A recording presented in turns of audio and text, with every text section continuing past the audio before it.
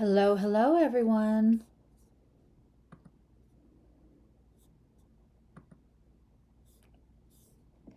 How are we? Hello, hello, everyone. Oh, we can't have that.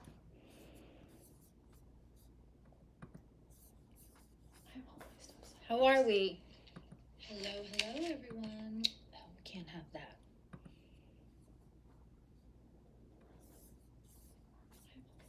How are we? Hello, hello, everyone. Oh, we can't have that.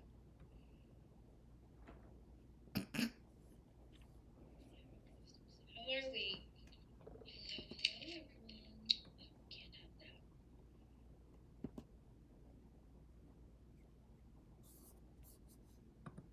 Let's see, can you all still hear me?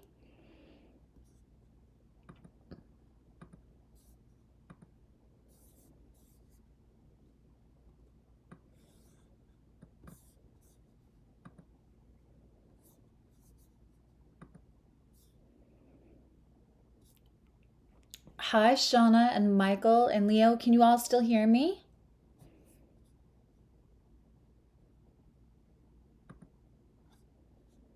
Yes? Okay. Woo! All problem solved. All right. Hi, Michael and Shauna, and thank you, Lee, for being here. She's actually like right here. Hi. Um, and James and Danielle, and Teresa and Juan and Cole. Hi, Cole. And Annika. I hope everyone is well. Okay.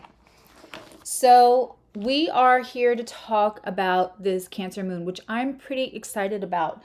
Can we get over to, let's just do this. We're going to do transits, this one. And then we're going to hit that. And in here, you're just going to put 7:33:01 p.m. for today. So we are having a really interesting and really beautiful full moon in Cancer this evening, depending on where you live. It is at 4 degrees and 58 minutes. Hi, Adva. And it's at 7:33 and 1 minute and 1 second p.m. on the Eastern Seaboard. So I know you all know how to do the math for where you live according to the Eastern Standard Time. So that's what it looks like on the chart. Am I still there? Am I good? Oh yeah, it's just Okay. the chart does military time, so There we are. There we are. Okay. So I don't know if you all are going to do a full moon. I fixed it. I don't know if you all are going to do a full moon. It should be fixed now. mm-hmm. A full moon ceremony tonight. And I want to talk about a couple of things. So, first, we're just going to cover the basics of this full moon and what that might mean or look like for other, for people in their chart. And when we're talking about a Cancer full moon, we're talking about the mooniest moon when the moon is in Cancer, right? It is Cancer is the sign the moon is ruled by. We have a trine to an aspect in a water sign, and we have a sextile to Jupiter. So this full moon is big, and when we speak about the moon, we speak about our subconscious. I've often called the moon like our first boss. If you want to look at your sun, moon, and rising as a set of bosses, which sometimes, you have more than one, right? And our moon is like our first boss. It's our immediate supervisor because it's our reactions to everything. Hello, lovely April. It's our reactions to everything. It's our subconscious. It's where we carry the marks that lived experience, people, relationships, early childhood all made on us. And then that is directly correlated with how we react to things that are happening now. So when we have this moon in Cancer, we're talking about a full moon, a shedding. And please understand, really, if we're talking about the beginning of cycle and an end of a cycle, we're talking about right before a new moon is really the end of the cycle, and then the new moon is the beginning of the cycle. The full moon is kind of the halfway point, right? And I just attended this incredible seminar, and one of the things that we talked about is really easy if we use the analogy with full moons as if you have planted something and now it's supposed to bloom, right? You plant something in March, it's supposed to bloom in June, and maybe it's a vegetable or an herb, and in June it's just not doing what it's supposed to be doing, right? I think we've all had that where we planted a flower, we brought in a flower into our home or a plant, or we try to grow strawberries or something, and you get to that point where you're going to go out and you're going to be excited because all the fruits of your labors, quite literally, will be there before your eyes. You can reap the rewards of all of your hard work. And sometimes we come to find out that this thing we're doing isn't working. We're overwatering. We are we don't have enough sun. We don't it may be all of those things. So what we do at that point is we figure out what we should keep doing and what is no longer working. What is no longer working to create the abundance from this project, from this planted seed, right? We talk about new moon is the time to plant seeds. The full moon should be the time to harvest, but it's also the time to decide what's no longer working. What do we have to do? What do we have to adjust? And what methods do we have to let go of? So then when we are talking about a Cancer full moon, we're talking about what no longer honors our subconscious.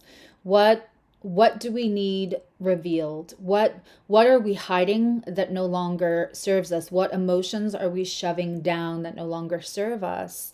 And with full moons, often whether we want to reveal or not, full moons are about revelations, right? It's this luminary. It puts light on things that would otherwise be dark. And so,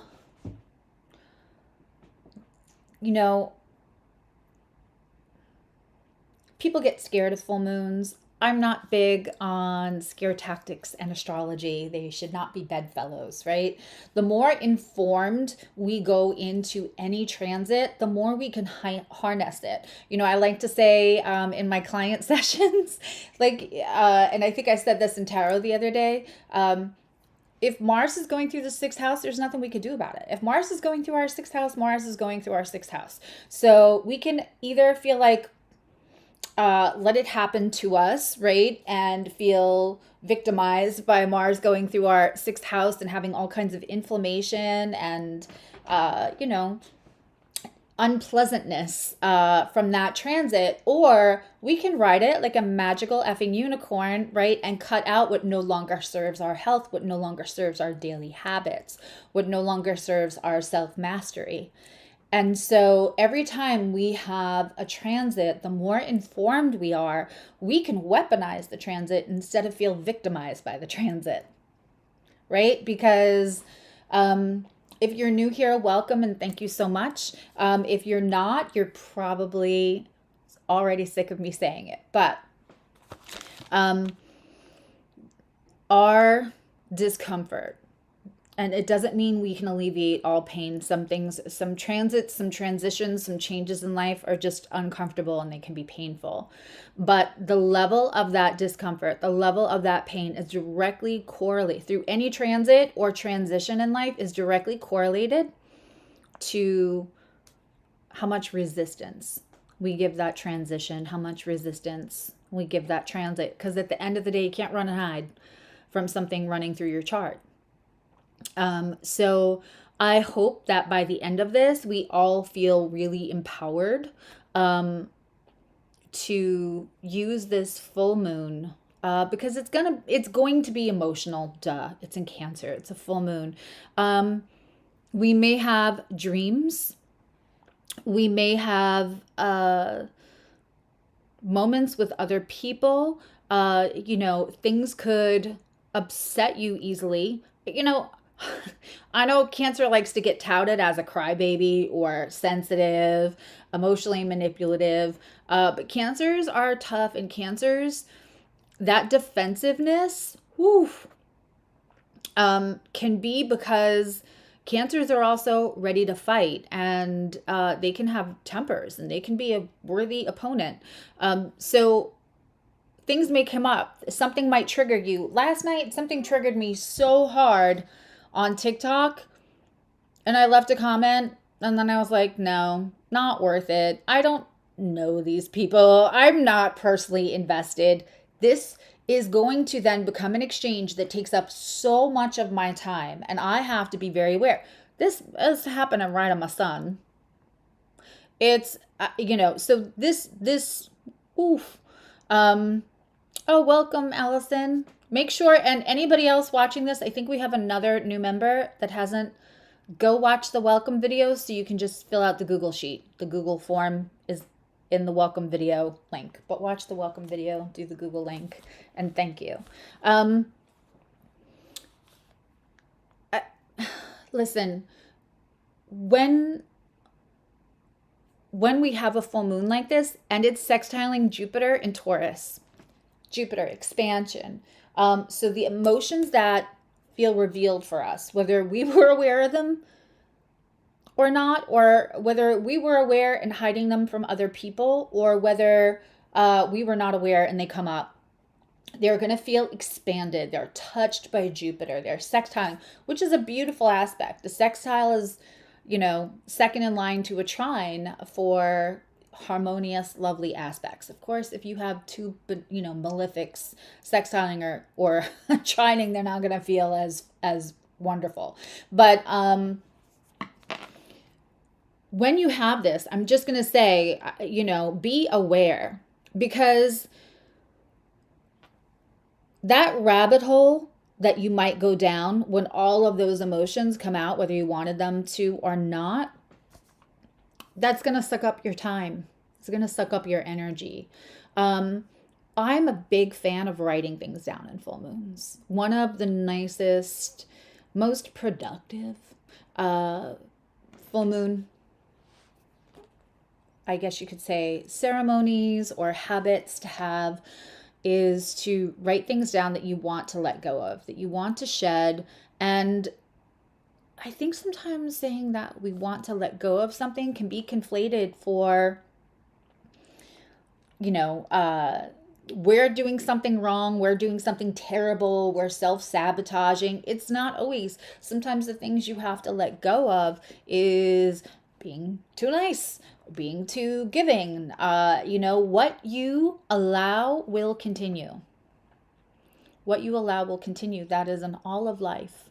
And so sometimes it is just a matter of looking where you're not honoring your subconscious, where you're saying yes and you're saying smiling and you're saying, oh gosh, no, that didn't hurt my feelings, but it really did. But somewhere along the lines, maybe you were told that you were being too sensitive. So now you pretend your feelings are never hurt because you don't want people to make you feel smaller for being a sensitive, empathetic human being, right? I will probably be shifting a lot during the live. When we are doubling up at my desk, I'm not a fan of where my knees go. So if I'm shifting around, I still want to be here. And I promise you, I'm not uncomfortable or fidgety. So again, the subconscious emotions that sometimes it's not about emotions that no longer serve us. Sometimes it is about emotions we've been shoving down that we shouldn't, right? Because it's a full moon, it's revelations, it's truth, it's illuminating things that have been hidden. That sextile also to Jupiter. Jupiter is in retrograde right now. So again, the moon, if you're interested in writing this down, is at 7:33 tonight, 7:33 and 1 second Eastern Standard Time, and it is at 4 degrees and 58 minutes. Jupiter is in Taurus at 5 degrees and 37 minutes. What's interesting also is that we have Saturn at 2 degrees in Pisces and 48 minutes. So that's also, that's a nice trine. There's only like a 2 degree difference there. So it absolutely qualifies as a pretty strong trine. Of course, the sun is in Capricorn, opposing, balancing, but when we have this moony moon, these subconscious feelings, our emotions, and because Cancer is thematically, whether you have it in your chart or not, by nature, Cancer is this big emotion sign. We really have to look at what big emotions aren't we honoring? How are we possibly letting people walk all over us? And at what point does it bubble over, right? Because I want to say Cancer is like on the top 5 now. But I believe they win like crime of passion. Is it the FBI's list of passion kills? I think Cancer's like at least in the top 3. As a Cancer, we can often act like stew pots. And so I'm a big fan of say it even if your voice is shaking, because I promise you what you're not saying because you're afraid it's going to be weaponized. It's either cooking your insides, which as we all know is horribly unhealthy for our actual physical body, our emotions, our mental wellness, and our spiritual wellness, right? But when it explodes, at some point, better out than in. I always say with all of the trauma-informed education and philosophy and everything else, one of my favorite philosophical phrases came from Shrek. Better out than in. And so at this full moon tipping point, it, this is the say what you want to say. Whether it's uncomfortable. But with Saturn in Pisces, which is also Pisces, another sign of the subconscious, right? We have a responsibility, Saturn. We have the full moon in Cancer, we have the sun in a Saturn run sign, and then we have Saturn trining that full moon in Pisces.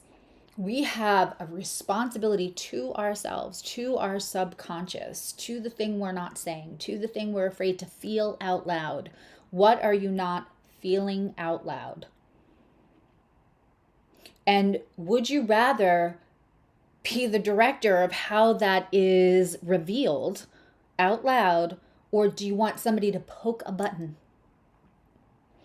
until it explodes out loud? And you feel like you have less control over now how that's taken, how it's perceived, right? Because once it's out of the can, once that stew pot boils over, it's a mess.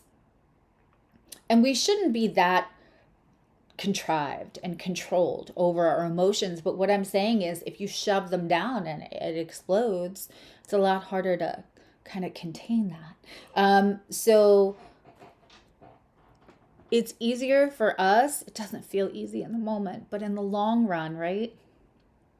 The shortcut is shove it down. Be quiet. Don't say the thing. That's the shortcut. Don't don't make anyone else uncomfortable with your feelings because somewhere along the line somebody told you were too sensitive and your feelings were, inconvenient. Your feelings still exist. That's still all within you. It would be better for you to just say the thing and let your voice shake while you're saying it. Because the discomfort we're willing to feel inside to keep everything externally harmonious is not healthy for us. And teaching our kids to say what we want to say. And I wish I had done that with my two older ones sooner, but with my younger one, I'd be like, what are you thinking? How'd your day go? How'd your week go? Could I have done anything different? Like, you won't hurt my feelings. Like, is there anything you're not saying? Is there anything that you're keeping inside that you're not saying because you're afraid it'll hurt my feelings? Sometimes we are more generous with our children than we are with ourselves, right?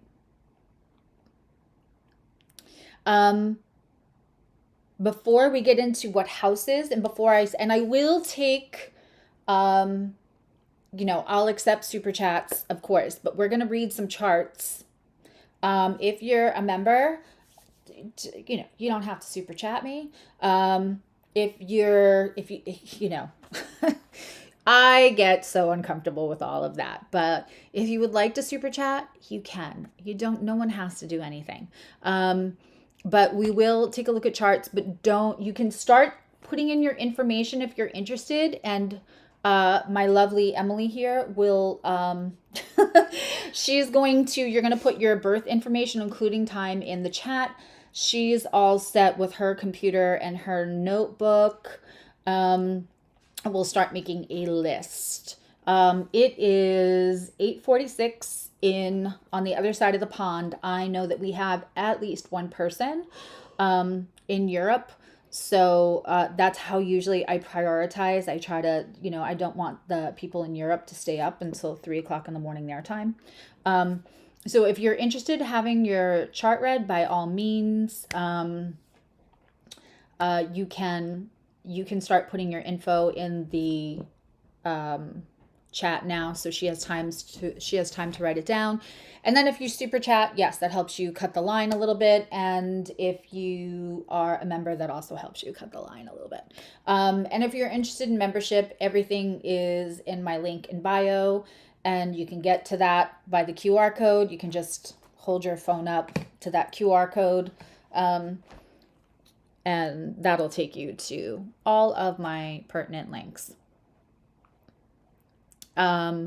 Yes, you just have to make sure. But the thing is I'm not doing the chart reading off of my computer. What you guys have is a live screen reading of that one's computer. So, if you could put it in, anyway, that would be great. If you could put your info in, because, Emily is the one writing it down and putting it in. Okay. So again, we have this full moon, 4 degrees, 58 minutes. We have Jupiter, 5 degrees, 37 minutes, and it's in retrograde. And let's talk about that for a second. When we have Jupiter in retrograde, and when you have it in your chart like that, it's not about having no luck. It's not about having no opportunities. It's about missed opportunities. It's about sometimes you being able, sometimes if you have that in your natal chart, quite honestly, it could be a little bit like a superpower. If you are informed and you know about it and you know how to harness it, you can absolutely use that as a little superpower where you see what other people can't. You see the missed opportunities in life. It's like when something sparkles in a corner and no one else sees that sparkle but you, and you go to find that it's something of value that everyone was walking past and walking over and looking over. So when we have that with this amazing full moon, it's a big deal. Yes, depending on what part of your chart it is, and we're going to go through that. This could be an opportunity for missed opportunities before to put those emotions out, to can you just mark M near their name if they're a member? Mm-hmm. Thank you. Absolutely. To take missed opportunities, or to just make an opportunity where it's been missed before, to say how you feel. Gosh, I've been doing that a lot the last couple of days, in fear that, I think a lot of us, I think it's a very human experience to not say how we feel, because we don't want to say too much. We don't want to get cut off. What if we're dealing with somebody that's uncomfortable with all the feelings? Especially if you have any kind of Cancer energy, you're an artist with the medium being feelings, like, right? We love the feels. And so if you're dealing with somebody who's more uncomfortable with that, it could be really hard to express what you want to express, because you don't want them to be so uncomfortable that they cut you off. And then how many times do you experience that? And just know, right? So if we're a first house and another person is the seventh house, doesn't matter where your placements are, right? That there's somewhat of a mirror, there's somewhat of a seesaw, there's somewhat of a balance. So if you're a person who, paints in emotions the way some artists paint in other mediums, it's likely that some people are attracted to you because you're like that. But then when you get into the deep, intimate conversations, then when you get into the nitty gritty of a disagreement or anything, it could be a little harder to, right, to put those on the line, lest you be ghosted, lest you be seen as too much. When we have this Jupiter in retrograde in Taurus, it can be about taking the missed opportunity. When somebody else has said something to you and you did the smile thing, you went, it's okay. You went along with the pretending there was no problem, whatever the case may have been. God bless you. So, wherever you didn't take the opportunity in that moment, now is the time to create the opportunity. With Taurus in Jupiter in Taurus, so big and sextiling, so harmonious. They want to work together to help you. Those two transits, right? That aspect. And then again, we have Saturn that's direct in Pisces. Responsibility, self-actualization. When we have Pisces and when we have Saturn and Pisces, it can mean different things in a natal chart than it does in the collective. But there is definitely a tone of being responsible to the least of us. So, in other words, how you treat the CEO should not be any different than how you treat the custodian. And how you treat yourself, you should not be treating other people better than you're treating yourself. That responsibility to your subconscious. So the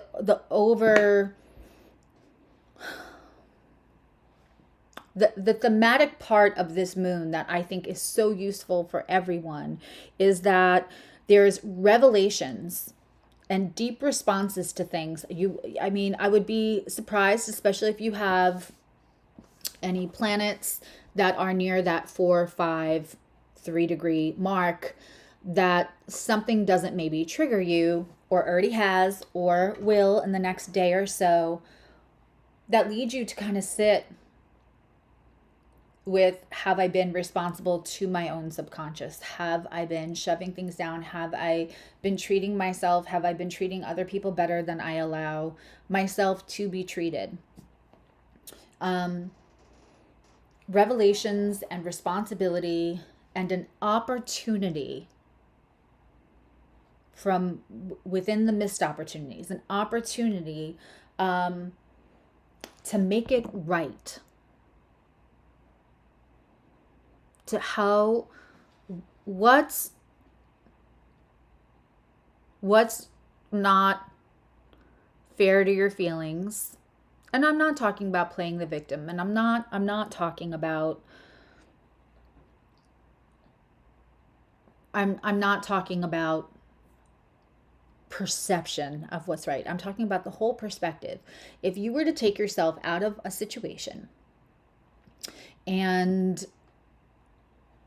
a friend was to come to you and say, this person's doing this person's doing this is what's being done about it. And you don't think that it would be fair for your friend, then it's not fair for yourself. Yeah, a lot of us treat other people nicer, and it's that fear of, if you start, hopefully you've all been there, right?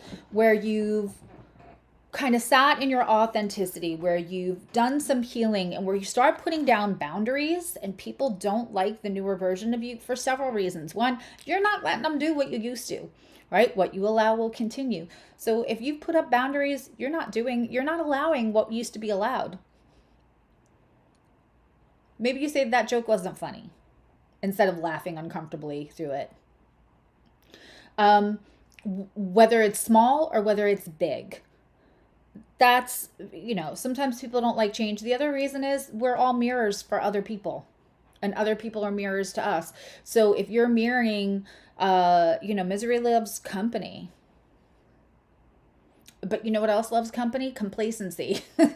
Right? When somebody else has similar adversity to you, when somebody else has similar upbringing, siblings and old friends, this really always applies for, right? Came from the same neighborhood, had the same circumstances, and you do something to break a cycle, it can be uncomfortable for other people to watch at, because the reasons and challenges that they've had to keep them complacent, it's harder to be around you because you're proving those circumstances to be,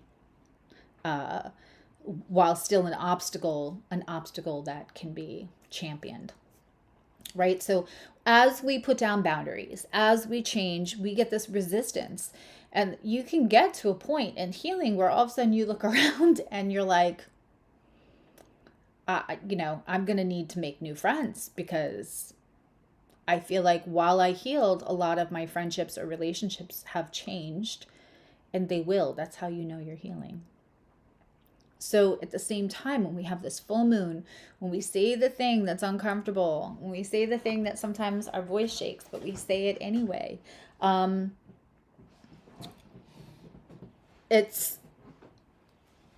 it might create space. It's the number one reason we hold back from saying things, right? Because it might create space between us and somebody that we just love the shit out of, don't want to lose. We don't care that the relationship's not perfect. We just don't want to push it to the point where it's just not there at all. So where are we not being responsible to our own emotions, to our own subconscious? Maybe that's just something you have to deal with, just you, yourself, and I, and maybe it's with another person.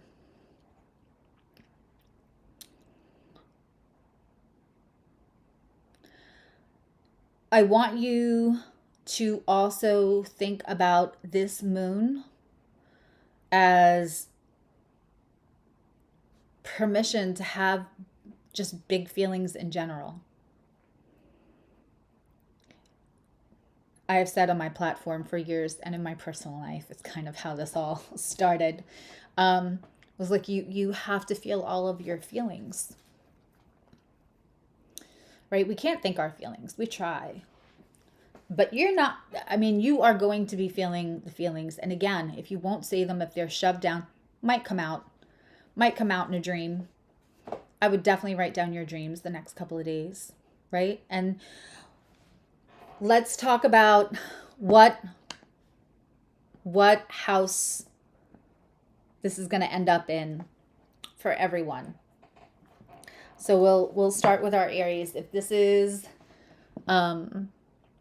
Aries, this will be happening in your 4th house. The Cancer moon in the 4th house, this is great. You're going to be really looking at cycles, really looking at family cycles. Gosh, a full moon is great for breaking. A Cancer full moon is great for accepting the great parts of our family and breaking the cycles that don't any longer serve us. What is uncomfortable in that is that sometimes older generations or just people in our families can feel like it's insulting to them and how they did things if we do things different, if we handle things different. That might be a little bit of uncomfortable in this, but breaking cycles are always worth it in the end, and setting healthy examples are always worth it in the end. And so, of course, that would put Jupiter in your 2nd house. And isn't that gorgeous?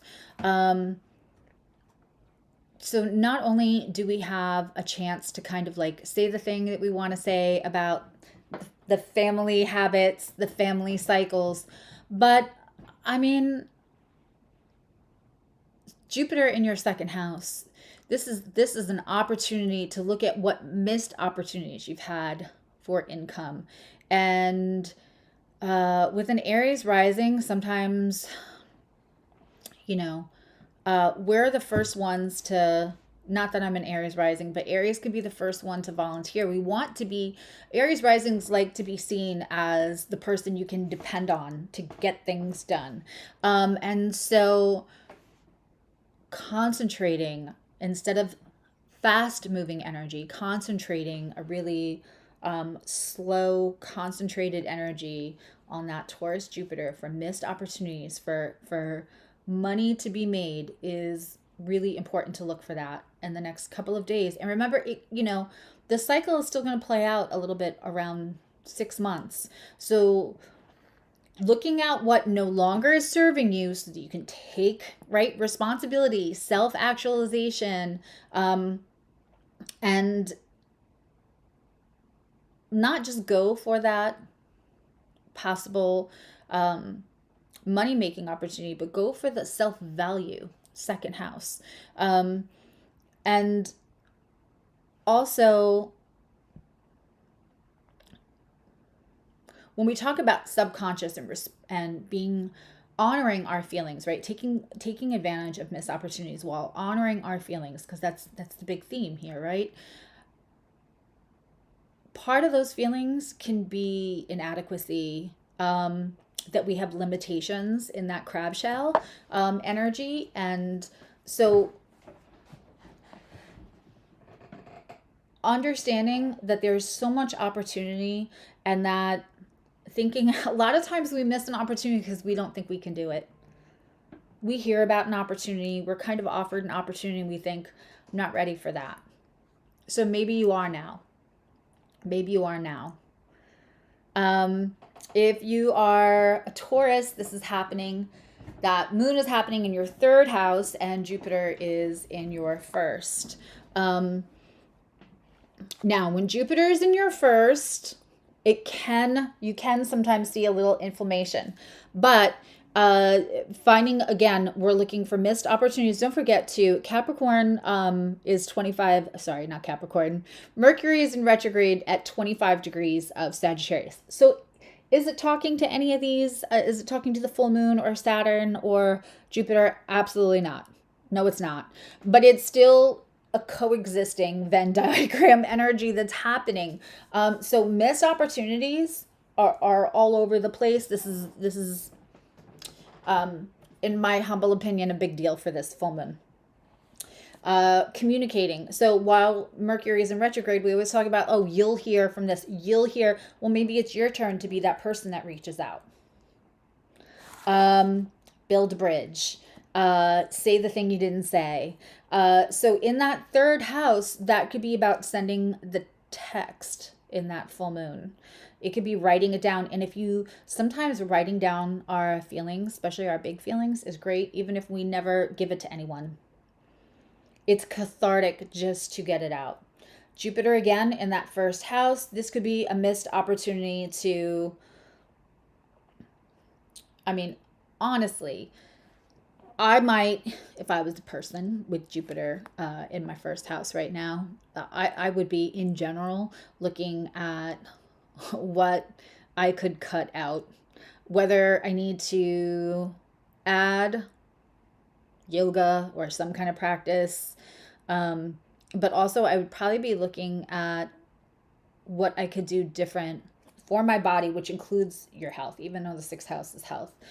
Jupiter through the first house can sometimes, we could be having inflammation, unexpected weight gain, or you feel like, you ate an almond, gained 10 pounds. A full moon in Cancer is a very round. Cancer tends to have very round, right? We can have very round features. So the combination of the two, this is also a great opportunity for you to look at possibly something that's irritating, or are you comfort eating anything that's really not good for you? And you kind of know it, but also narrowing down, being responsible to yourself, being responsible, well, I like to say tomorrow me. I think I've told you all about making coffee, or grinding the beans so that tomorrow me has fresh ground beans. This is a good time to do stuff for tomorrow you, if you are a Taurus rising. Gemini rising, full moon in your second. And that means that Jupiter is in the 12th. Okay. That full moon in the second house, I don't want anybody to get nervous that like, oh no, full moons, endings, financial. Full moon is also a really, it's a big swelled moon. And it's sextiling Jupiter. Jupiter in the 12th house, especially in retrograde, I hate to simplify it this much. Listen to your guides. Sit down, meditate, ask for a sign, get a reading, something. Get information from those 12th house subjects. Use your own intuition. Journal your dreams. There's very possibly some kind of missed opportunity that didn't feel like it was stable enough or like tangible enough for you, and you may not be making money in the way that you feel called. You may not be making money in a way that you feel an attachment to. You may not be making money in a way that you feel you may hate your job. That's just and if you do, this is a really great way to how can you be responsible to yourself, because you have one life to live, that you're happy and satiated every day. Cancer, of course, this is in your first house, and that Jupiter is in the 11th. Again, gonna say full moon, first house. Be careful, right? We know full moons bring busy emergency rooms, so you're gonna be careful with your physical body. That's one. And I just mean like, watch when you're cutting up the vegetables. Watch that you don't turn the water too hot. Those kind of things, especially water stuff. Be extra careful. But how do you feel? Oh my God, I can't believe I'm going to share this. I definitely could lose a few pounds, right? But like, today I'm walking through my house and I'm like, I feel good. Like if my brain is in my body, I feel good. I know it's not a tiny skinny body, but like I I felt happy, and sometimes I don't allow that for myself because I look at other people, oh my God, that look incredible or show their whole body and aren't like too big or have too many curves. And I do that a lot. I punish myself for my thoughts, and my feelings really about my physical body. And certainly Cancer, if you have Cancer rising, you might be a little bit more voluptuous. You might feel like you have a rounder face. You may feel like that's a theme of your life, or how you feel about a body part, or letting your feelings, writing your feelings out, even about how you feel your relationship with your body. I mean, have you said no to social things because you don't want to wear the dress, or you don't want to be seen, or you don't want, they're going to take pictures? Like, I know that's very specific. We have Jupiter, 11th house. Long-term plans. Don't put things off because you're not feeling great about your body. Really building the relationship. One of the first steps to manifesting weight loss is to love your body how it is, exactly how it is now. Be grateful to your body for exactly how it is now, that it gets you out of bed, that you get through the day with it, all of it.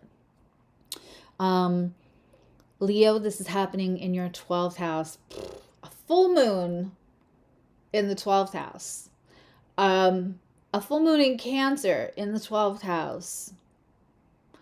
Listen, if you are Leo rising, and this full moon is such a blessing if you're doing anything in the metaphysical range.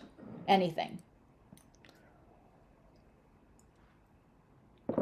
By the way, I don't know if you can all see that, but that was the gift from my little one,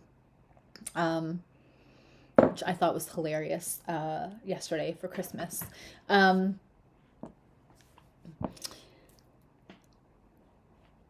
Leo, this happening in your 12th house is gorgeous, especially, like I said, if you're a metaphysical practitioner. A full moon in Cancer in your 12th house is about as psychic and as metaphysical as it can get.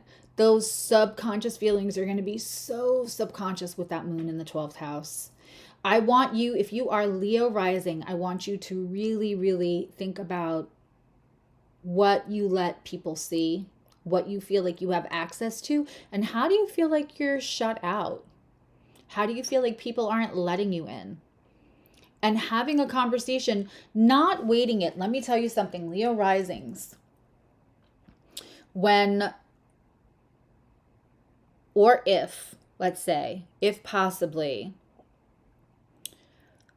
you have had a theme of feeling like people shut you out, or they don't let you in, or especially people that you want to let you in, and you feel some kind of way you might be an affectionate person, as often Leo risings are. It's love, love, love, right? And if you feel like you're shut out, that 12th house Cancer, being in that 12th energy, can feel like people, that nurturing isn't as available to you. We see that also in Leo rising with the parental thing, right? With this moon in the 12th house, not waiting until somebody hurts your feelings, and then however your other placements are going to react, which could be strong, and splintering, furthering, damaging that relationship more, that already feels a little strained. Write it out. Write it out. Say what you want to say to people that you don't feel see you. If you don't feel seen or heard, this is the full moon to take the missed opportunity and say it now, and say, hey, listen, this is what I experience, and that may not be what you mean for me to experience. But that is a beautiful way to harness the missed opportunity for this full moon for Leo risings. Virgo, this is happening in your 11th. It is, it's really this big, beautiful Cancer full moon in your 11th. It means that Jupiter is in the ninth house. Expressing your daring to dream. If you've ever been a person who feels like good things don't happen to me, I'm all about the business, right? I'm all about like, I have too much responsibility. I probably won't do it right. These are all Virgo rising themes, trust. This is a good time to go ahead and make the long-term plans, manifest, write things down. What's not working for you? What's not working for you as far as your mindset about how perfect everything has to be. When you have Virgo rising, you may have done all of the work. You may have acknowledged out loud that like you're a little hard on yourself, that you want things to be perfect, but that's not like the pursuit of perfection, right? Is not the art of Virgo is being peaceful in what we produce and not the pursuit of perfection. That doesn't mean those feelings don't hit every time, right? And what happens is if we don't honor those feelings, if we don't feel those feelings, if we don't say those feelings out loud, write them down about what if somebody's mad at me? What if I did that? What if I said that and I thought it was beautiful and perfect and somebody else is like, I find that offensive? Whatever it is that is stopping you because of how you feel you will be perceived. Because that's a lot of what Virgo rising deals with, right? So this Virgo rising is, that full moon is with your 11th house. This is about friends too. This is like, what haven't you said to a friend that needs to be said? What missed opportunities in further learning? What ways do you block your own long-term plans because you're afraid of judgment? This is what we're going to shed, the missed opportunities to say something to a friend or write it down. If you still can't get to the point where you can press send on that text, write it down. So you're not holding it in. That's the big theme. If you're just joining us here, we do not want to hold stuff in. It makes us, we're as sick as our secrets. And sometimes secrets don't mean these tawdry, scandalous things. Sometimes it means, we put Adva up first. Sometimes it means, what we just don't feel comfortable revealing about ourselves. If you are Libra, this is happening in your 10th house. This is great. Let's look at what's no longer working in career as far as shoving down your feelings in the workplace, in your career. How are you being a good little boy or a good little girl or a good little person to, get along, to go along? And missed opportunity in the raise, in the 8th house. Missed opportunities, Jupiter in retrograde in the 8th house is a great way of like, how am I shorting myself? How could I be, how can I be creating more stability through other people's money? That doesn't mean stealing other people's money. It doesn't mean marrying rich so that you can just live off somebody else's money. Other people's money is like, if you have a product to sell, how do you want to distribute that? Oh, wow. It's such a juicy one, honestly, to have this in the 10th house, Libra. I'm a little jealous. And, let go of whatever's stopping you from leaving that legacy mark on your career, including people pleasing, obviously. But work is work and emotions are emotions and business is business and personal is personal. But if you are personally feeling shitty every day in that career or about yourself because of that career or where you are at, then it's a little much, it's more of a blurred line and it has to be addressed. Scorpio happening in your 9th.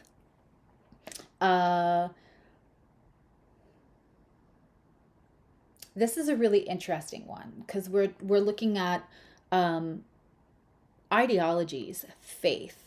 And I often feel like the ninth house with higher learning and faith and religions and philosophy, a lot of times it's our mindset. Scorpio is such a psychological sign, right? They are overthinkers right there with the Virgos and the Geminis. And so, what is your faith system about yourself? What do you need to say out loud that you hide, Scorpio? What do you just need to say? I really feel like with Scorpio, this full moon, especially, my gosh, if you're a Scorpio and your placement's around that 4 or 5 degrees, this is going to be such an interpersonal full moon. All full moons are interpersonal, they're subconscious, they're us, right? They're our emotions. But this one is, I really feel, is going to be all around mindset for Scorpio risings and how what is your faith about yourself? Like, if you're a Scorpio rising and you have faith in certain systems, what percentage do you rely on yourself? What percentage of that faith and other things to get you through in life is you? And how much have you been told that it can't be? The missed opportunity in that seventh house is committed relationships, contracts, partnerships. Oof. I mean, Scorpio rising, this is juicy in a different way for you because that higher belief system, I could do a whole thing on this. When we rely on higher belief systems that include a lot of dogma and rules and, no soup for you. If you break this rule, no faith for you. If you break that rule, no love for you. If you break this rule, no luck for you. If you break that rule, I saw very recently somebody say that their house didn't burn down while they were literally watching somebody else's house burn down, saying, oh, my faith, that's my faith. And I think, like, well, that's like saying that other person didn't have faith so that their house burnt down. So if you are subscribing to anything that has so many rules that if you break this rule, then you get none of this supportive energy, you get none of the support from the higher energy, and you get no support from the 3D people that are in that community of that faith. You should have a certain amount of faith in yourself, because when you have that will be your steady rock, and you will, and it's good, it's beautiful to have faith. You can have faith, but you should also feel good about having faith in yourself and dependability in yourself. And doing that also, again, we are a mirror to our seventh house. So having more faith in yourself brings in people that will also have faith in you. Okay. Sagittarius, 8th house. Full moon in the 8th house. People get a little worried about full moons in the 8th house. Don't. Again, this is the other people's money house, and the 6th house is where that Jupiter is going to be. Missed opportunity about like your daily habits, missed opportunity about like your health, the way you eat, and your self-mastery. Not so shabby for Sagittarius. Again, that 8th house can be a lot of other deep, beautiful things. And look around on, if you are somebody who makes money, sells a product, has a practice, any of that, look for where what you could get rid of, what you can shed to bring on that raise, to bring on that upgrade, to bring on that flow in that money access. And 6th house, like where you can be organized. And that full moon in the 8th house, we can't shut out our dark thoughts. We have to sit in the dark. We have to sit in the dark with our thoughts. We have to sit we have to um we have to understand that we're not supposed to be, shadow work is not to get rid of the dark. It's to get comfortable with it. Um, it depends. It depends on your rising. I mean, for some people, if it's your rising sign is in the early degrees, then it's going to be in a different house. Um, so Cap in the seventh, right? Um, ooh, that's in the house of partnership. What's not working in your partnership? And what's even better is Jupiter in the house of romance, Jupiter in the house of play, Jupiter in the house of games, Jupiter in the house of creativity. How can you feed the games, the play, the creativity? I don't think I need to say more than that. In that seventh house, what can you say to your committed partners of what's not working? And if there's no committed partner right now, how are you not playing? How are you not looking like the romance? How have you, maybe that somebody said to you a year ago, why don't you try this site or that site? And you're like, oh, couldn't pay me. Where are the missed opportunities in the house of romance, in the house of play, in the house of creativity? And if it's about a partnership that's legal, a business partnership or any of that, uh, again, we are going to say what we need to say. We're going to put out all of our emotions, and we're going to look for missed opportunities to do it in a way that feels warm, that feels lovely, and doesn't feel like it has to be. There's a lot again about sometimes we don't say what we need to say because we're afraid it's going to end a relationship. Well, if that's a business relationship, it's even more complicated, right? Finding a creative way to bring that up is going to be important. Got it. Better out than in. Aquarius, this is your sixth house. Full moons in the sixth house are definitely for cutting out what's no longer working in your daily habits, what's no longer working for your health. And we innovate. Aquarius innovates. If you are an Aquarius rising, right?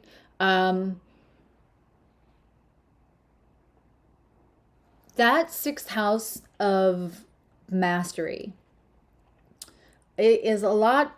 Gosh, sixth house in with Cancer and Aquarius rising is such an interesting combination. um it's time to make sure, and Aquarius wants to be fair, and Aquarius Cancer combinations, I find them so interesting. I have it in my very close inner sanctum. I kind of love them together. uh that self mastery in Cancer is that's really finding balance with Aquarius rising. um that it's okay, you're not being over emotional, you're not logically, pragmatically addressing something all the time. Like if it's not moving forward, then we don't want it, right? We're not about I always say Aquarius isn't about the bullshit, they're not about the drama. So really figuring out the fact that having feelings is not equal with having drama. um for sure saying what you have to say. That's not holding back your health. That's not, and again, write it down. I'm sure you will. You'll write it down before you say it out loud. That missed opportunity in Jupiter is in your fourth house. For a few of you, this could really mean like great real estate opportunities too. So, and also missed opportunities to see family, spend time with family. Also, if you weren't able to get together over the, conventional holidays. And then Pisces, this is happening in your fifth house, full moon in the house. Like, this could lead to a big conversation with one of your kids. Honestly, if you have children and this is happening in your fifth house, this could be great for having a conversation that's needed to be had so everybody could say what they say. That Jupiter is in that third house, speaking, writing it down, missed opportunities. It's also a great time to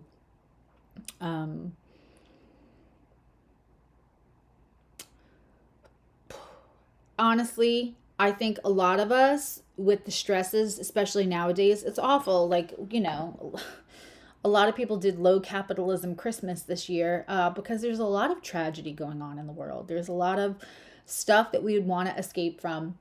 Look at your escape mechanisms. And for a lot of people, like an inordinate amount of people compared to maybe 5 years ago, all those games, those apps on the phone, those games, look at where you're possibly escaping and spending time to get away instead of having catharsis. Where is game playing not serving you? Where is it a distraction? And some distractions are healthy and some distractions are just distracting you from the inner work. Creativity is always a good thing, but that's also where you find the house of like gambling. What are your spending habits with things that are spending through escapism, not spending for value? I am going to start reading charts now. I think we have Adva up. Before we start that, does anybody have any basic questions about the full moon itself?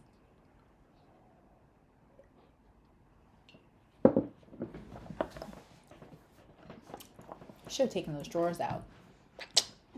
Next time we'll do that.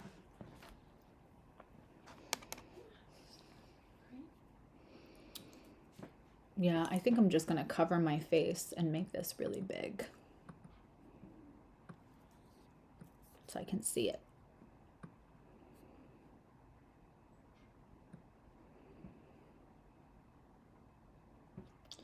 Any other? Okay, so no questions. Emily will alert me if there's any questions. So is Adva still here? And thank you for the super chat, Adva. If you super chat, it does cut the line a little bit. And after Adva, we'll do Annika since she's across the pond. Okay. And can we timestamp this?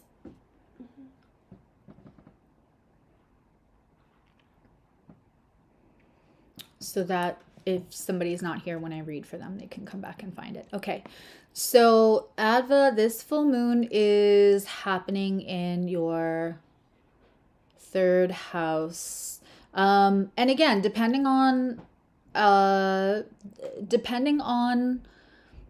where your house cusps are, you know, this could be happening in a different house than I said I was giving for 0 or 4 degrees. This is actually happening in that third house for you. And so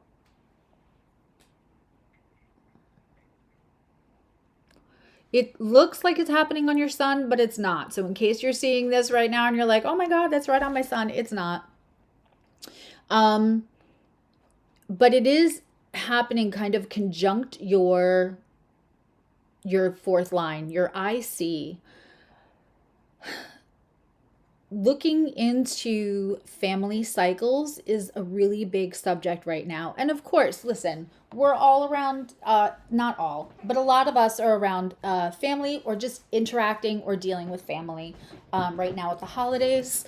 And so with Mercury in retrograde, we're tempted to say the things we held back the last time with this full moon in Cancer and Jupiter and the Saturn Pisces. We're tempted to say things that we haven't said.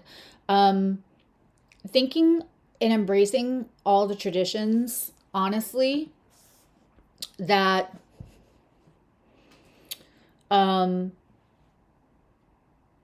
that you love about your parents, your heritage, especially your female line. Embracing all of that. Can you make sure it's at 7:33 p.m. because it's, yeah, so the moon should not say 4 degrees. You said 7:33 p.m., right? Yep. I don't know why it's saying 4 degrees. Mercury in retrograde, because the moon should be at 4 degrees. You could just push it wherever the moon is at 4 degrees, probably by the minutes. Okay.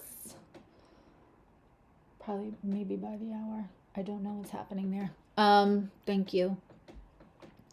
Yeah, so taking the best of that and deciding what you want to break. This is really, really, really about deciding. You could do hours, honey. Deciding what you want to break from that family cycle, deciding what's no longer unhealthy. Sometimes our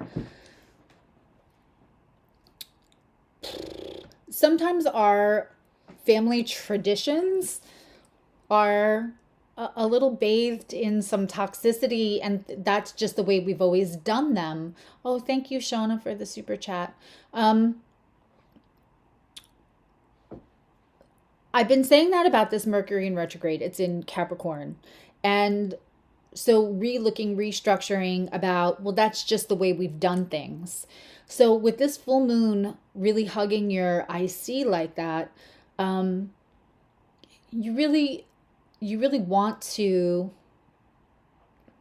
look at, and I mean verbally, you really want, and maybe write it down first, but look at what's been hard for you, because it feels like it would be almost an insult to tradition, and it's so beautiful to have traditions and family things that we carry down, but that is not working for you anymore, and you've maybe been a little afraid to say it, because better you try to sit and have a moment before before it explodes, before it becomes hard to avoid. And my concern for you would be more about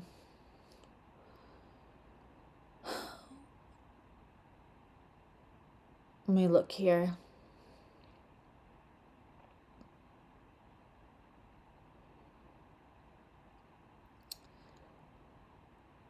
That Saturn is in your 11th house of long-term plans. And I know that you have so many talents. Really look about how you're being responsible or not responsible to your long-term plans, to your passions, your pursuits, because it might ruffle feathers for what the family traditions are, for what the lineage is. And for some reason, I feel the need to tell you, look back past your grandma, like at your great grandma. See if you can find out anything about the way that she lived her life. I feel like there's a kindred spirit there, just not in the recent past. Yeah. Yeah. So looking in and around those things are and making sure you say them. And gosh, if you don't say them out loud, please write them down, especially with that full moon in that third house, especially with that third moon in that full house. Can we pull up Annika? Mm-hmm. So Annika, is this happening near you? Are a Cancer moon, my friend. Hello, fire spirit. And hi to anyone I didn't see come in, because using different software, it's a little somewhat harder to see the chart, but I have it up now.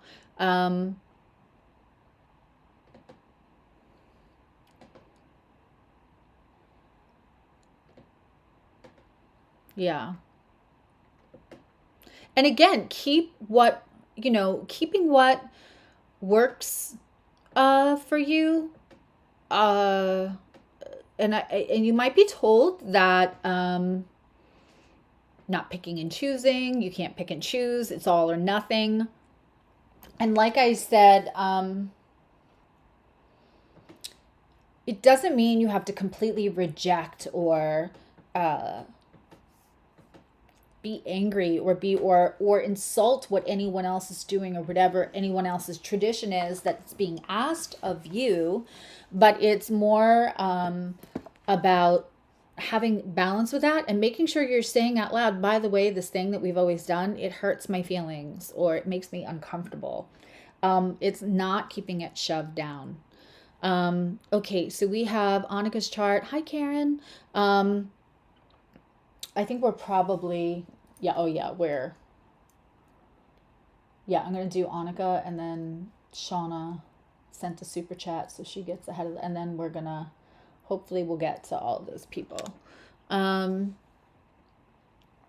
turn into a pumpkin at 6 o'clock. So, but we're gonna be quicker than I was last time. Okay, so Annika, this full moon's happening on your moon, babe. Um, in that seventh house.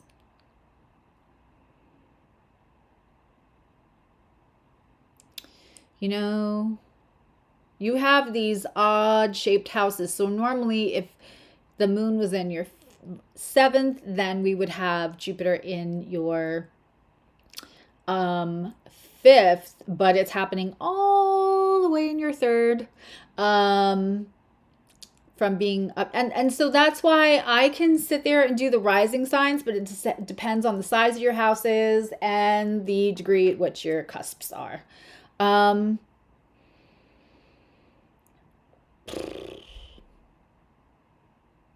this is so interesting to me, and it's, I mean,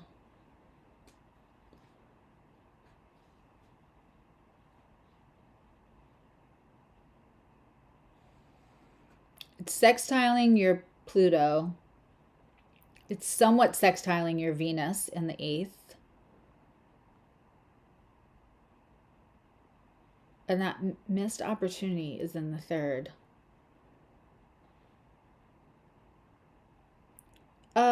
Girl.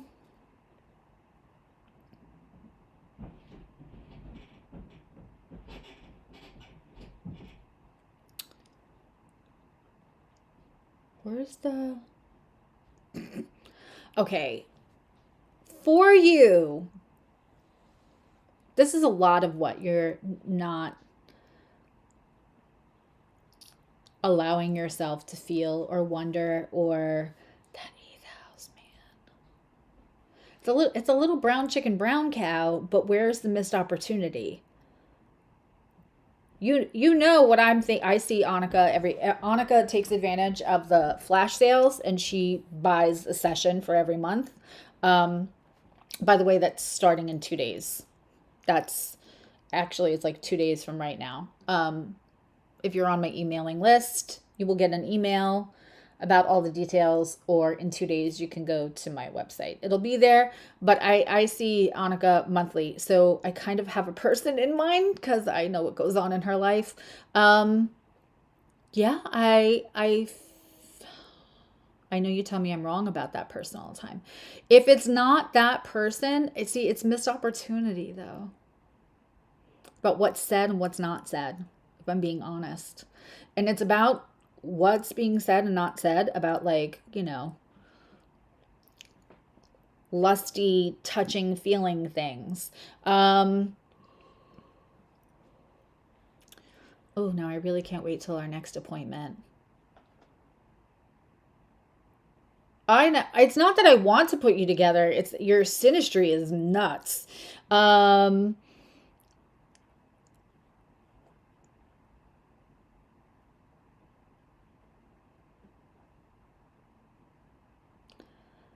I mean, allowing, also lately, if you've been dealing with health issues or anything else, when you have health issues, it can feel a little bit more discouraging about partnership.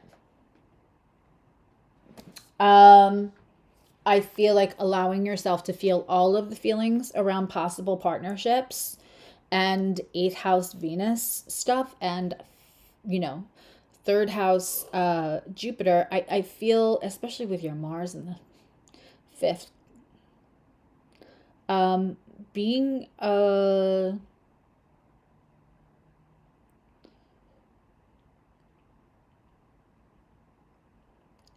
you can be all business about some things, but there is a very warm, fully alive human within you, and really sitting down with your feelings on how much of that are you ready to just feel like that part of my life is done.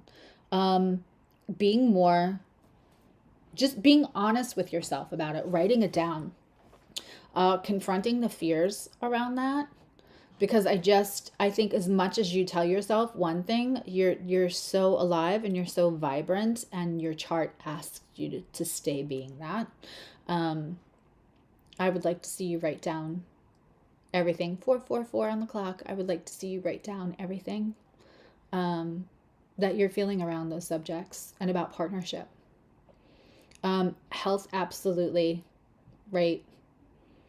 Especially once, like, your ability to go out and about, or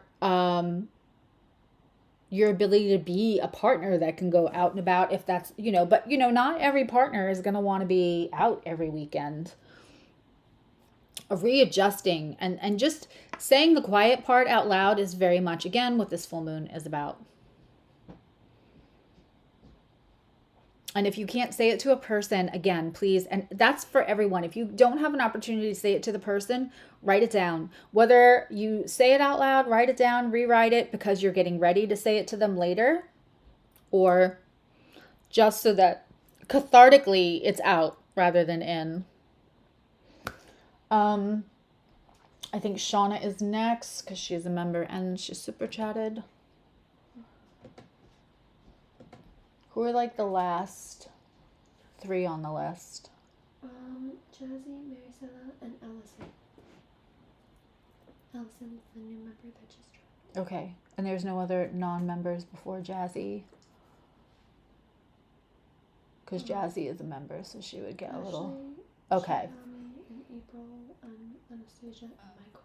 Okay, so can we just redo the list so that the members have... Thank you. Yeah, partnership and energy can be really...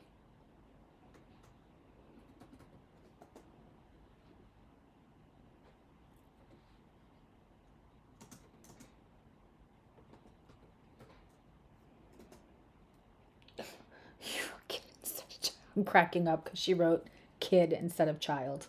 Oh. Like, wait, what does that say?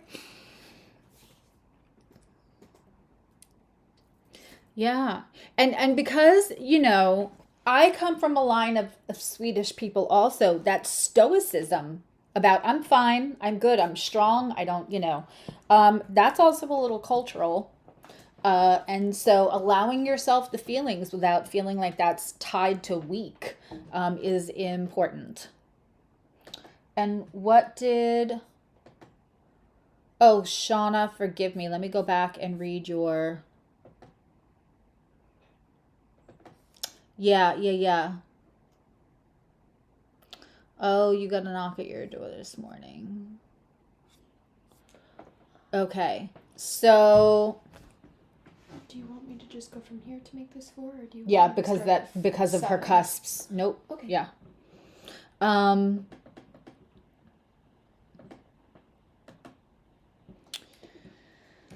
Wow, that's sitting right on his MC. Yeah. That's something I think you're thinking mindset that you're going to be thinking, but your chart says a little different. Anyway, and trust me, I get all of that. Shauna, this is sitting right inside his MC.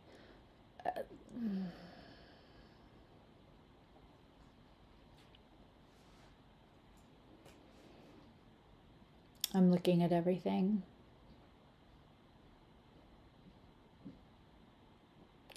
No, it's hard to change the environment completely. Can you timestamp for Shauna? Mm-hmm.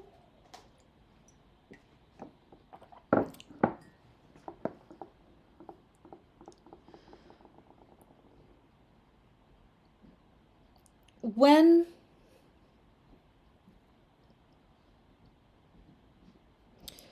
those full emotions at the top of the chart, he might not feel like he can hide that from anyone. And at his tender age, and with that Jupiter in the 8th house of thoughts and things that we don't, that are underground, that are harder to see, that aren't on the surface, he may feel like he wants to hide and can't. Homeschooling is not for everyone, but don't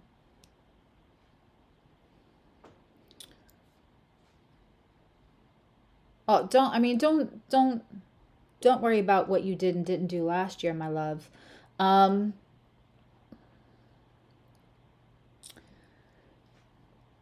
I I think that might be okay. If you can find a homeschool, the other thing I always say is if you can find a homeschool program that will let you run to a different time zone.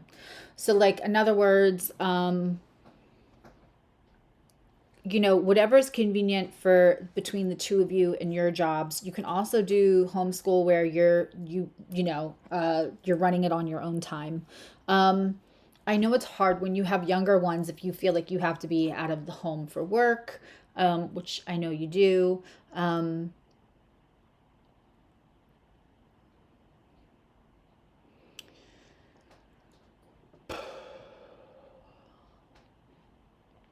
Just looking.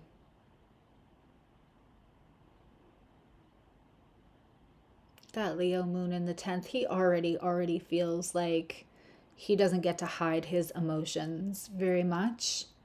So for anyone who doesn't know, when your moon is in the 10th is the most public place in your chart. So when you have sun or moon in the 10th house, it can often feel like you don't get to hide away. Sometimes people will say something to you and you'll feel very fragile and emotional, whether it's the sun or the moon, because you don't feel like you can be stoic. You don't feel like you can hide the reaction. You feel like that place where everybody else gets to go home and unpack, you don't feel like you get that grace. So with this full moon in Cancer ready to explode, and that Jupiter in the 8th house of like psychological things and what should stay hidden, he may feel like he doesn't have a safe space when he's in public places, or that he may be getting picked on.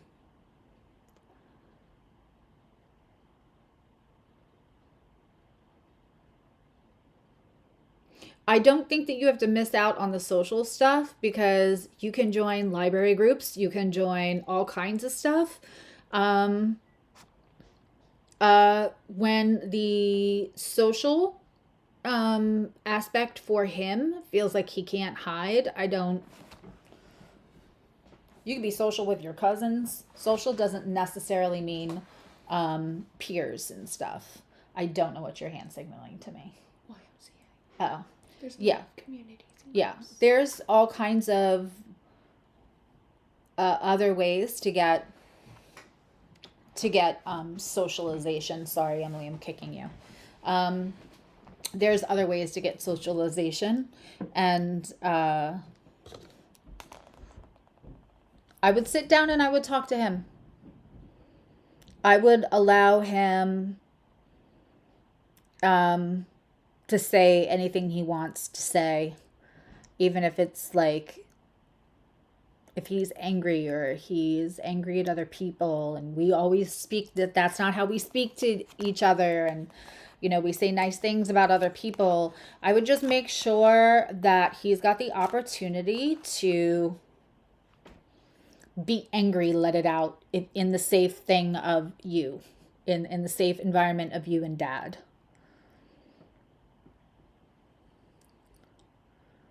Yeah.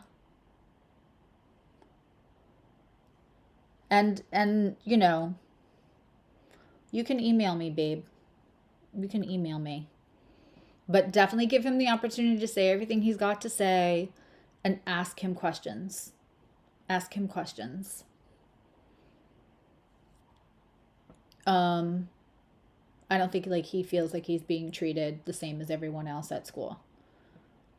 And I don't feel like he feels like he can have a mask or an armor on at all.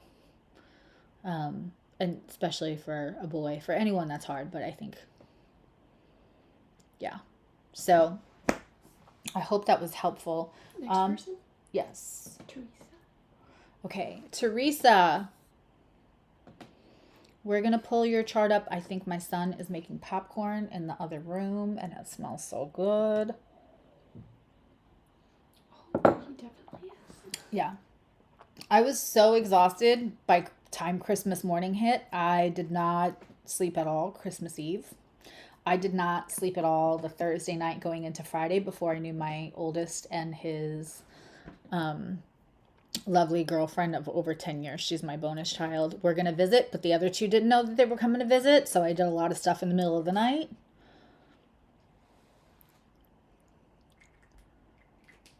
Yeah, Shauna, if you can wait until for 48 hours, I'll have that flash sale, babe. If you're going to book a reading. If you don't want to wait, then you don't. And I'll give you more time or something. Love you right back. But so we did not, my gift for Christmas, literally we were done at 7:15 in the morning. 7:15 in the morning, all done opening gifts. So you can imagine when we started, it was still dark out. He was very excited. So yesterday I went to sleep, I think at like 6 p.m. and I slept until 7 a.m. this morning. So we're having our fancy dinner tonight. Hi, Teresa. Okay, so moon. Oh, look at this. It's happening right near your, we have the right one? Mm-hmm. Yeah. So this is happening like me. It's happening right near your sun and in the 9th house. All right, girl. How are you your own systems of faith?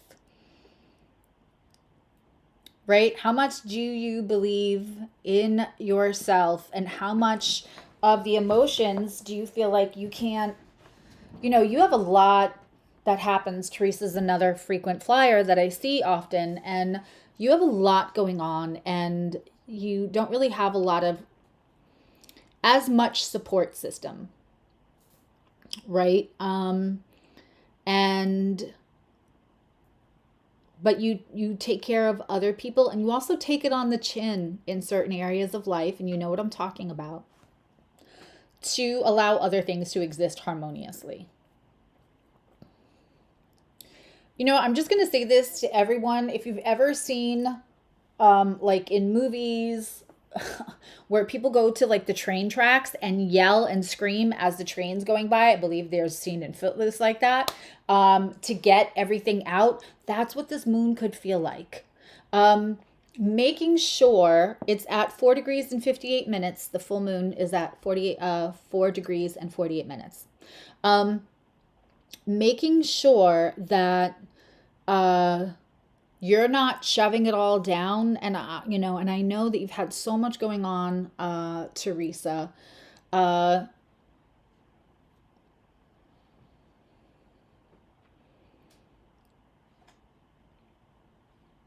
Again,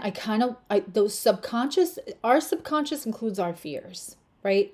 So I want you to, at the very least, you could write me an email, or you could write it in a note to yourself. I want you to what are the things that worry you? What are the things that you're afraid you can't handle on yourself, by yourself? What do you worry if I take this on? Is that going to be too much? You're so talented. You're so talented in the stuff you do. I was showing my, I just always call her my future daughter-in-law. I've been calling her that for years. But she's an incredibly talented artist. And I was showing her when she was here some of the stuff that you've done. I really,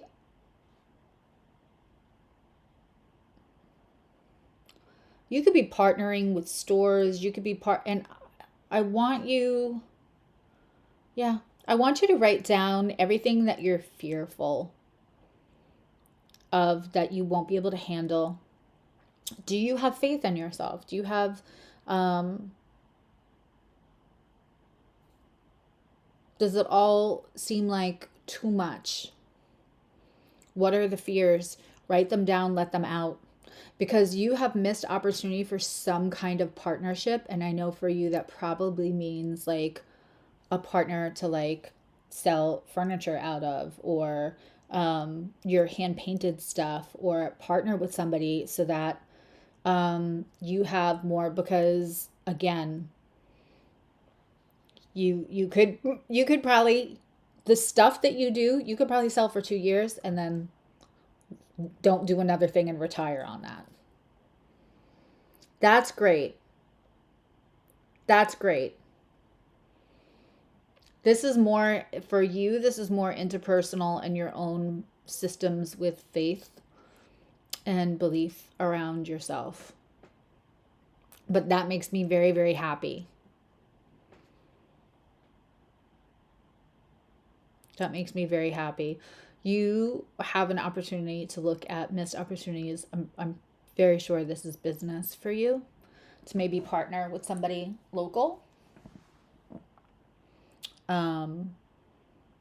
And like having faith that like whenever you get something to somebody, you get it to them.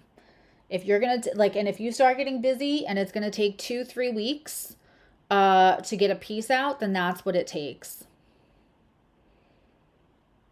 Because there's definitely either some kind of distributor or someone local here that you could partner with. And I love this for you. And also, you know, just shedding the fears, shedding the constructs that keep you from moving forward with this. I hope that was helpful. But certainly you have the talent. I think there's just a concern that like, will you be able to keep up with it? Will you be able to do all this? And I think you will. I think you will, because you're going to be able to call the shots and say, this is how long it takes me to deliver from upon order to delivering a piece, and it'll be worth it. And anyone that was in that Zoom invite where I shared the picture of that table she made knows that I am right. It was incredible. That's good. That's good. This is more of a partnership. This is more somebody for your wares, the distribution and partnership. And of course you can email me if you need to. Who's our next? Next is Yukiya. Yukiya. That's good. That's good, getting a renter for your dad's side. You know, you can always send their chart my way and I can let you know if they're going to be a good or a bad one, or if it's going to be a good, match. If somebody's completely quiet to themselves, then it doesn't matter whether they're a good match. Right? Thank you, Annika. Yeah. With that kind of talent, you'll be able to say, this is how long it takes me. It takes me 2 months to get a piece out, and I charge this much. Yeah. And somebody renting your dad's side, also, this is great. Subsidizing the business end of things. Still see a partnership. Do we have her up? Okay, wonderful. 7th house. This is happening right inside your 7th house, babe.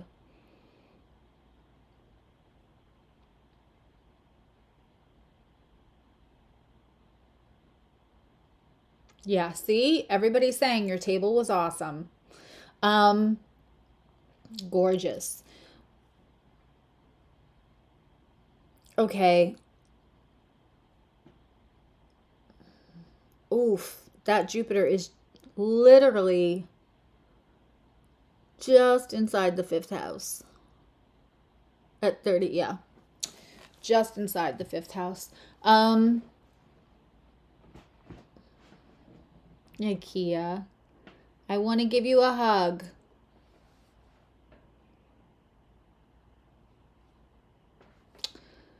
The full moon's happening in your 7th house, babe. What's no longer, this has been a theme for you for a while. What's no longer serving you in relationship, in the committed relationship. What are you making so much grace for that you're shoving down your own emotions and feelings? How are you not being responsible to yourself? What is the subconscious? Are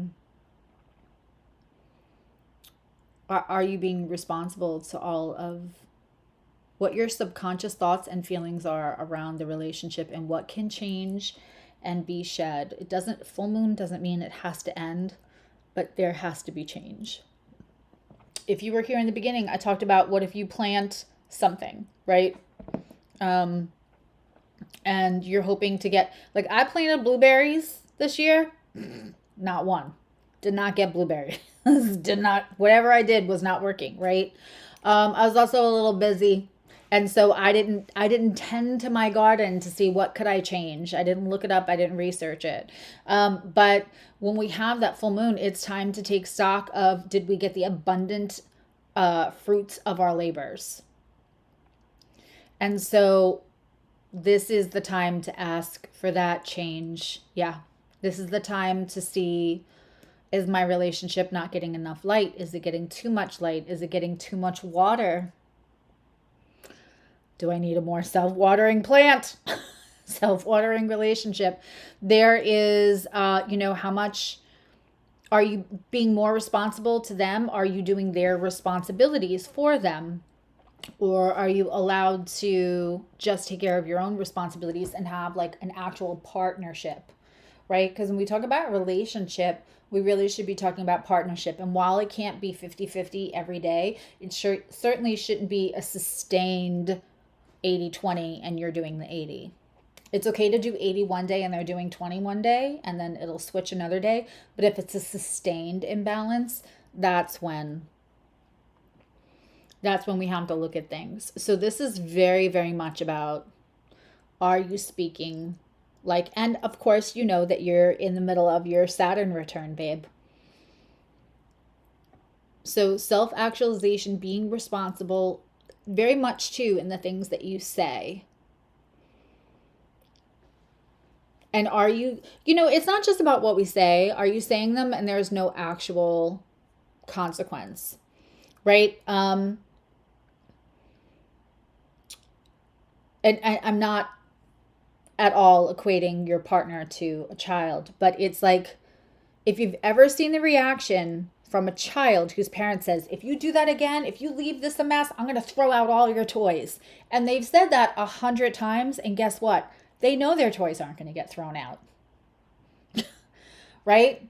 If you give your kid this crazy consequence that you actually don't think that they actually know eventually, after a couple of times, I feel like my child is looking at me as I'm telling they know that there is no real consequence. So you could speak till you're blue in the face, and that's the parent that like yells and explodes and nothing ever changes. And you feel bad for the parent. You don't feel bad for the kid that's like the parent's exploding. You feel, sometimes you do, depending on how that explosion goes. But yeah.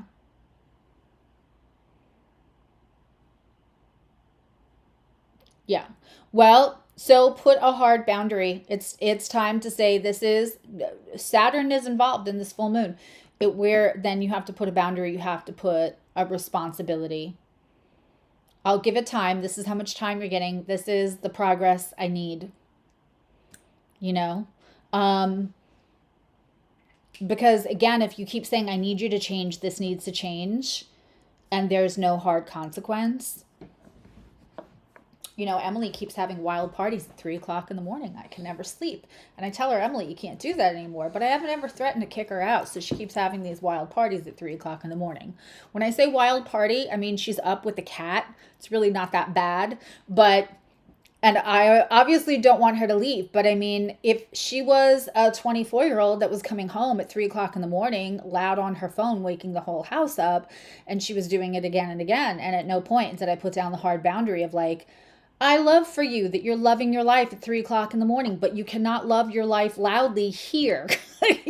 Go right.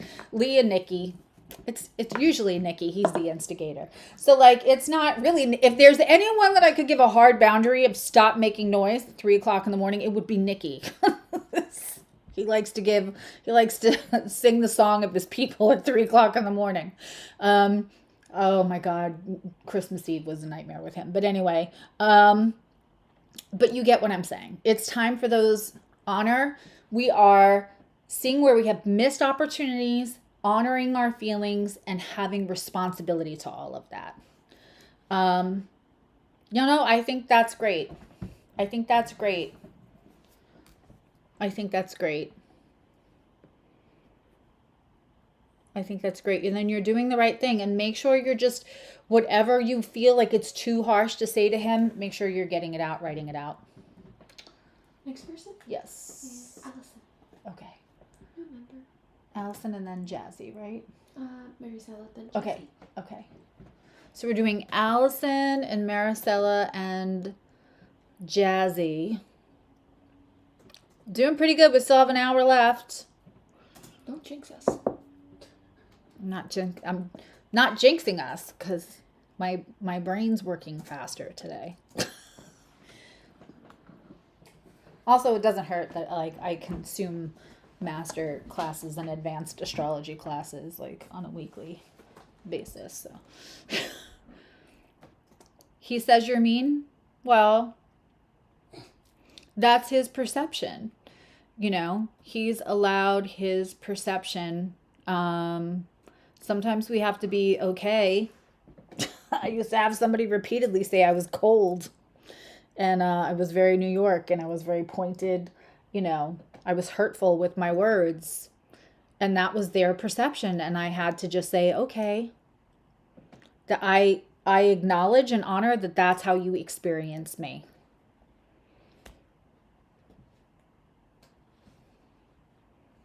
Thank you, April. Hi, Christy. Okay. All right. Allison, and welcome to membership. Make sure you fill out that Google form. That's everything. That's how we get you your stuff. For anybody who's on any YouTube membership, I say this all the time. You would think because you're filling out the form and they have your first, your last, your email, your YouTube channel, your financial information. We don't see any of that. On the other side, all we get is your YouTube channel. Full stop. That's it. Nothing else. So we have no way to contact you, give you things, anything. So just make sure. Don't be scared. Don't be scared. Let's see. You have the full moon right inside your first house, Allison. Yeah, I mean, eventually in the next 24 hours, I just want to be able to get you your stuff. There's still one person that's fairly new. It's been like a couple of weeks, and I can't send them any of their stuff. This is right inside, and Jupiter is in, your 11th house, and the Saturn is in your 9th.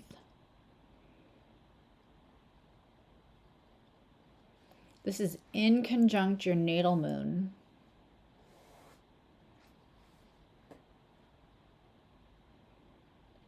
Oh, it is trining your Venus.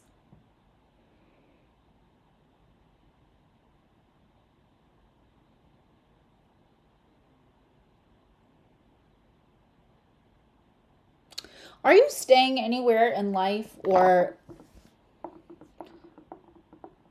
are you staying anywhere in life, Allison? You're not a mess. Your chart's gorgeous. I'm a little partial to a Cancer rising because I have a Cancer rising child.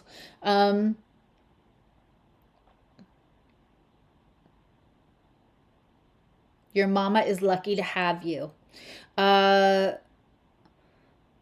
Is there anything that you're not doing or not living or not? Do you feel stuck in any way that you would like, oh, if I was like, didn't have to be responsible to anybody else, if I, I feel like there's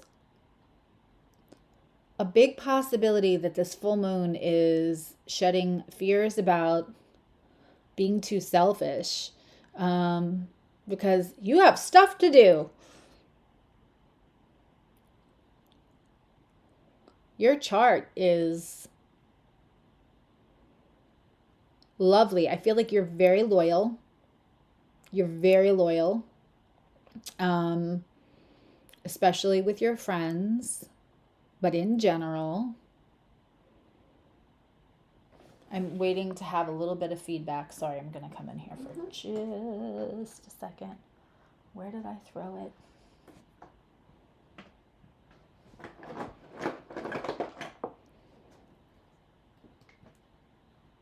Okay.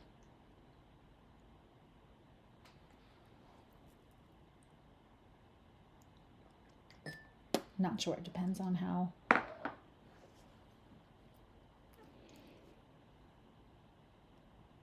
Aw. Well, April, I feel that way about you. Okay. Well, I'm sorry about.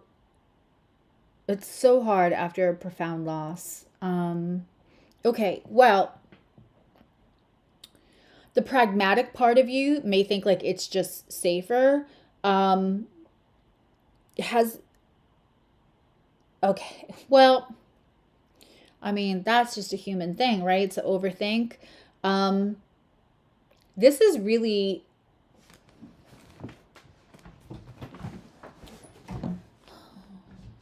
Is there a place in life that you don't do something because you feel like it would be selfish for you to do?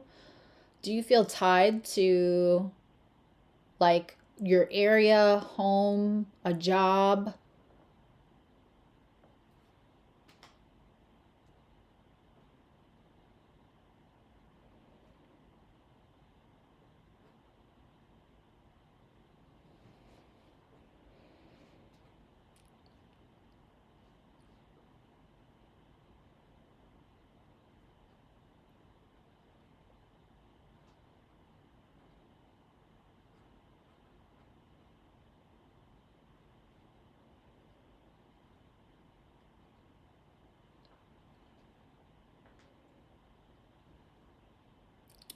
Oh no, not alien in our club.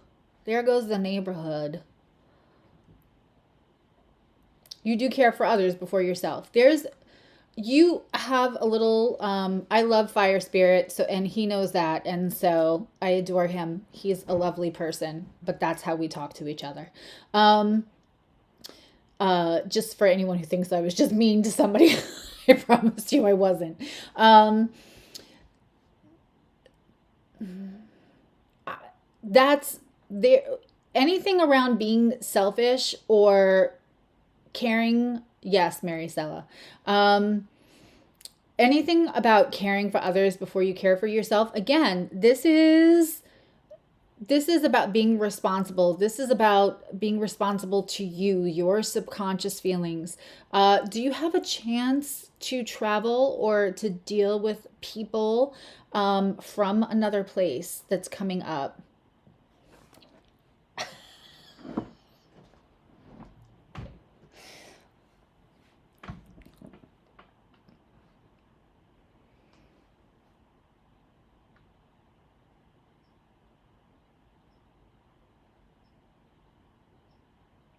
There's so this is trining your Venus in the ninth house. And so if there is a love coming your way from anything that might happen the next couple of days, you have a luminary in your seventh house of relationships. Um, I would be on the lookout for somebody who's not from here, or I would just, you don't travel, you will work with multiple, that could be it. There's also like missed opportunities to do things with friends. I would say a beautiful way for you to heal, if you can do it, even if it's like a 4-day weekend, you find one of those like, cheaper excursions or go to some place that's just more affordable. You'd be shocked um, around this gorgeous globe, the places that are so cheap to go to. There are a few that are absolutely beautiful, breathtaking. Um, Hi Jacqueline, any kind of opportunity you could have to do like an eat, pray, love kind of thing and go um, have a deep relationship with yourself before this next person comes in. I do feel somebody coming in for you. But that is really beautiful. Even if it's just a weekend, even if it's an Airbnb stay, if you can do anything like that, that would be amazing for yourself. The other thing is I think that, you know, uh, you could have somebody coming into you either through work or just somebody that's not from around here. Um, Loving who you are, having any emotions about your physical body, what you're offering somebody also is big. I would like write a love letter to yourself. And anything that you struggle with, I would give yourself permission to be okay with it. Yeah.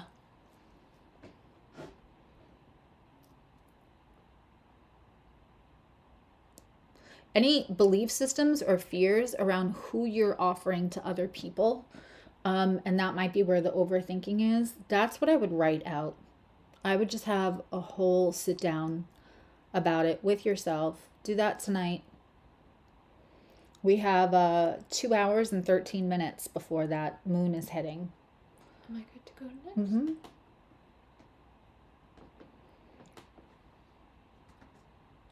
Oh, good. Yeah.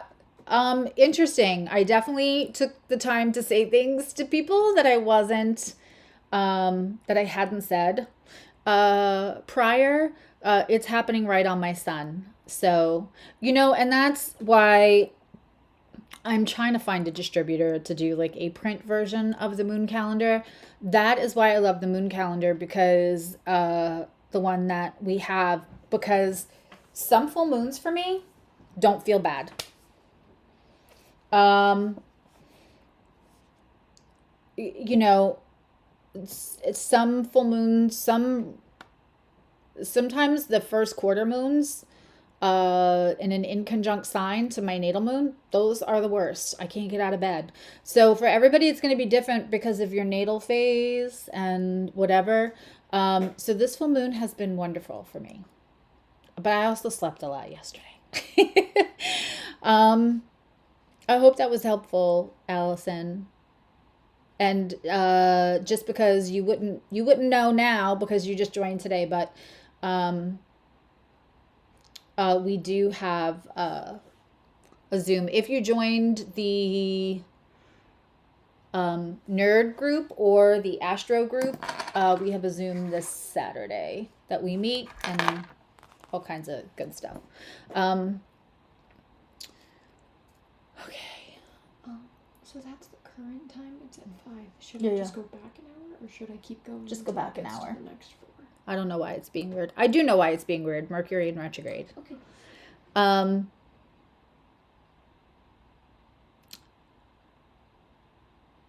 oh, this is right near your sun too. Fourth house. Oops. I don't know what happened. You went away. I did. Yep. It says I'm still sharing. That was weird.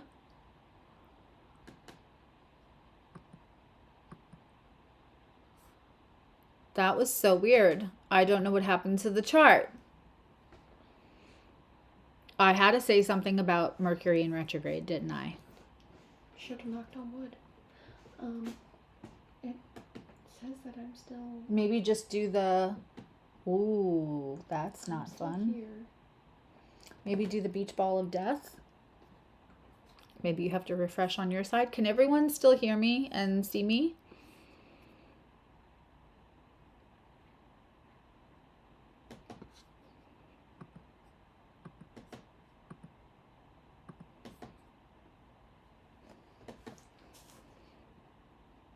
You could cut out too and just come back. You know what I mean?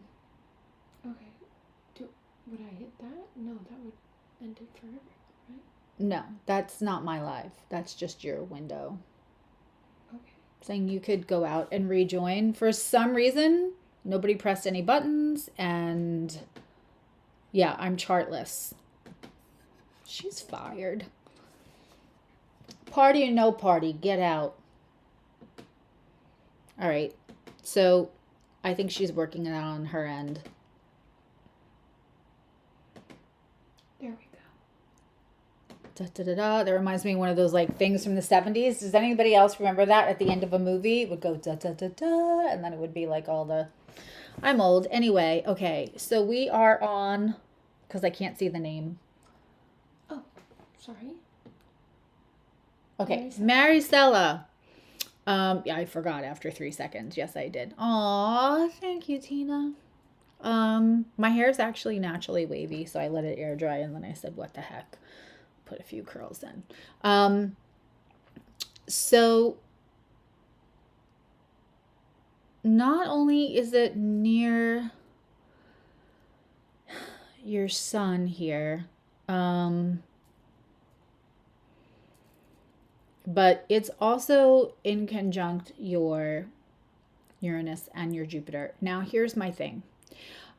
I don't think that in a natal chart, in conjuncts, of course, it's a conversation planets are having with each other, but they're not as strong. In a transit, in conjuncts can kind of be the thing that makes something happen. Because when we're talking about in conjunct, whether it's a in conjunct or a quincunx, they have nothing in common. But often that can fuel something because there's a need, a desire to kind of dig into something you're not familiar with.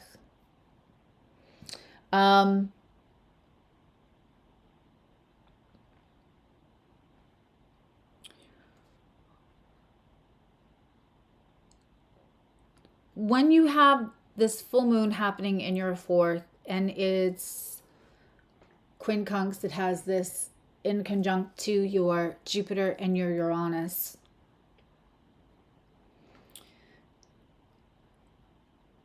There could be, first of all, there could be changes around home, real estate, where you live, or just having to make adjustments about how things are going where you live.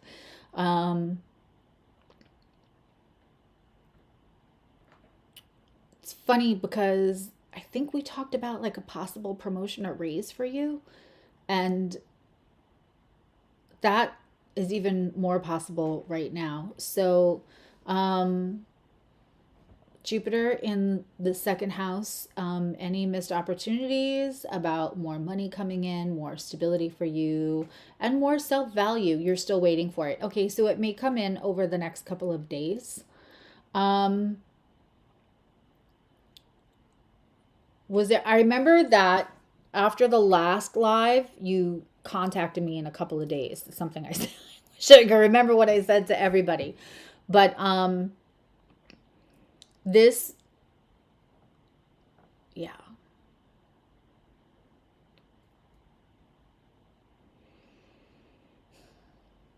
You could feel a little energized, but also, I mean, I definitely, you're living close to mom and brother at this point?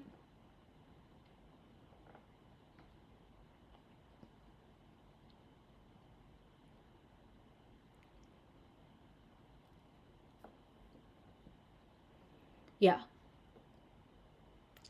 There may need to be just some rearranging, some shedding what isn't working about whatever the arrangements or expectations are. And I would also maybe get ready to like roll with some punches with this full moon for you, but not in a bad way. I really like that Jupiter in the second house. This could increase value. This could increase stability. This could increase resources, and something that would be steady and have legs. It's in Taurus.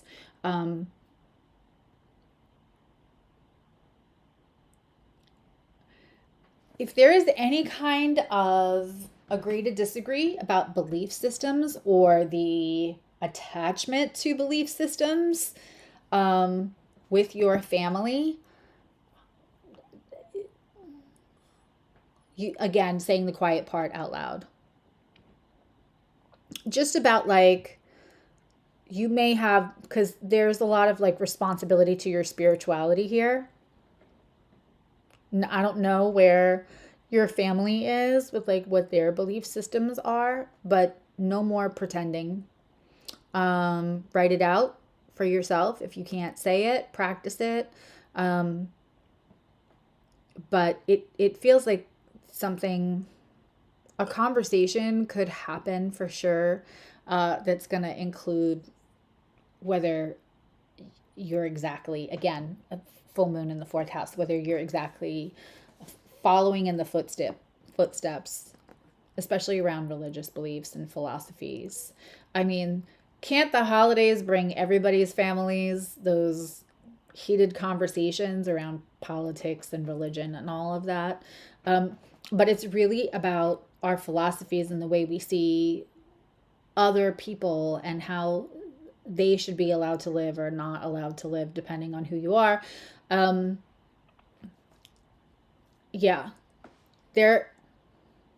I might prepare for a conversation around that, babe.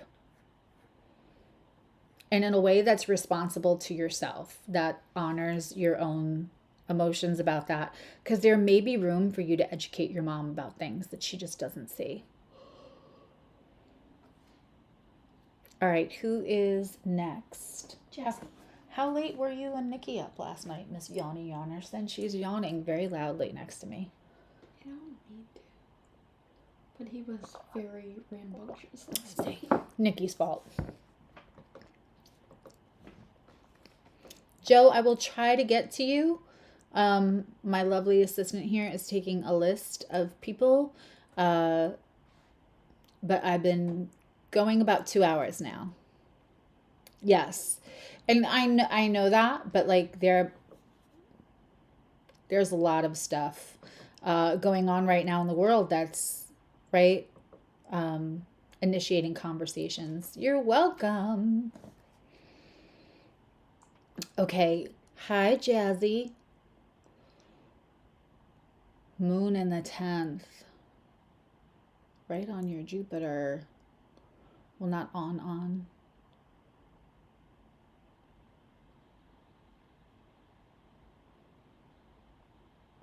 And then Jupiter is kind of conjunct your moon in the 8th. Say what you wanna say.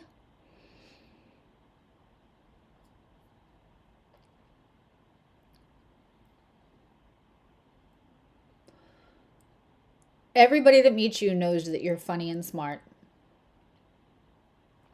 And you can get stuff done. This for you is an inner conversation about how you let your emotions out publicly.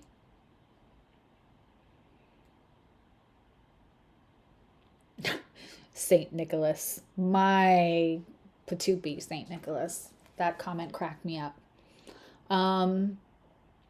Happy birthday to your son, Jacqueline.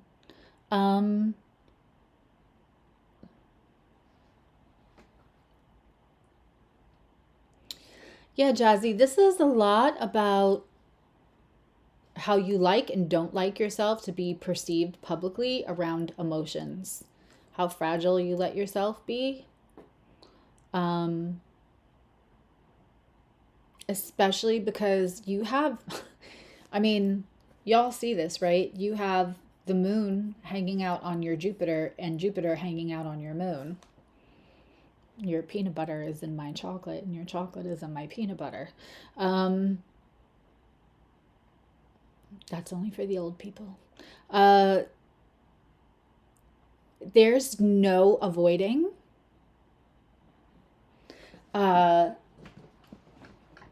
conversations with yourself and about vulnerability, because that moon in the 8th house keeps you really private. But this 10th house moon wants to be public, and there could be subconscious fears about having that happen. Showing too much, being vulnerable, making a fool of yourself, quite honestly, which I don't think is your bag. Um, and to make it clear, Jazzy is also a frequent flyer. She is a very lovely, warm, sweet, kind, easy to talk to human being. But we all still have hell. I am that way. I am so private about my inner emotions. I share a lot, but I share what I want to share. I don't share everything. Um, and I can cry really easily for like other people when I feel their stuff if I'm channeling, but I don't like to cry in front of other people. Especially if I'm having a disagreement or trying to share my feelings, I get really angry if I start to cry. That's a very Cancerian thing. And that's also part of this full moon. Um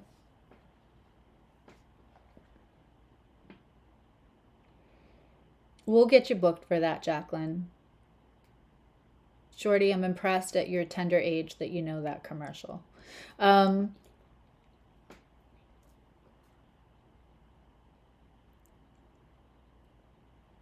this is all just like, I would go over with yourself, write it down, like how, whether, is it that you were taught growing up? Is it a fear of people will have power over you if they know what your inner feelings are? Was it just something that was, you don't, don't cry? Um, you know, my mom was great. My mom was awesome, um, in a lot of ways, and we healed a lot in her older years. Also, right? Because Venn diagram, they can both exist. Also, my mom was very stoic, Irish and Swedish, you know, child of the Depression era, literally. Um, she was very stoic till she wasn't, and then she exploded. She had, her chart was almost all water. So so culturally, she was raised to be stoic, and then her chart, that went against every fiber of who she actually was. So when she exploded, she exploded. Um, but that shame that she would have after being emotional, she would go lock herself away. So sometimes how we're built is different from how we're taught to emote. Um, and this is a very interpersonal moon for you. Of course it's the moon, of course it's in Cancer, of course it's a full moon, of course it's interpersonal for everyone, but this is especially for you with this Jupiter. um and how are you practicing? Literally, yoga and journaling is your answer to this full moon. That responsibility to yourself on a subconscious level in your daily habits.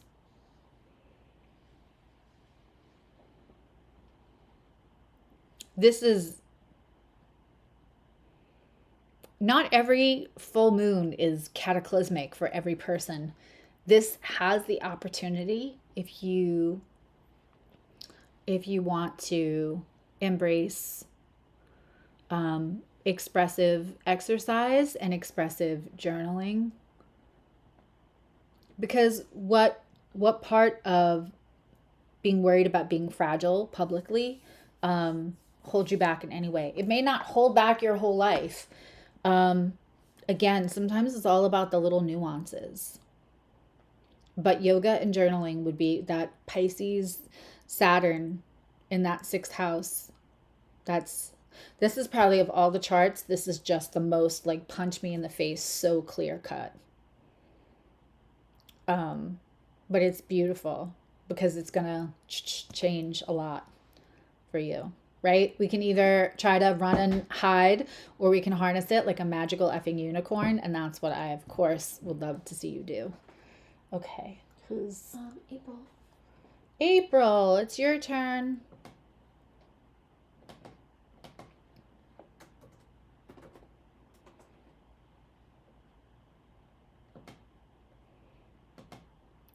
There we go. So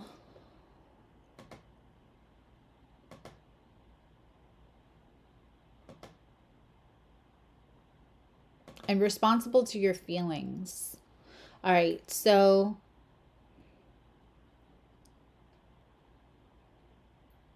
oh yes, that's right. Happy Boxing Day to you, Annika.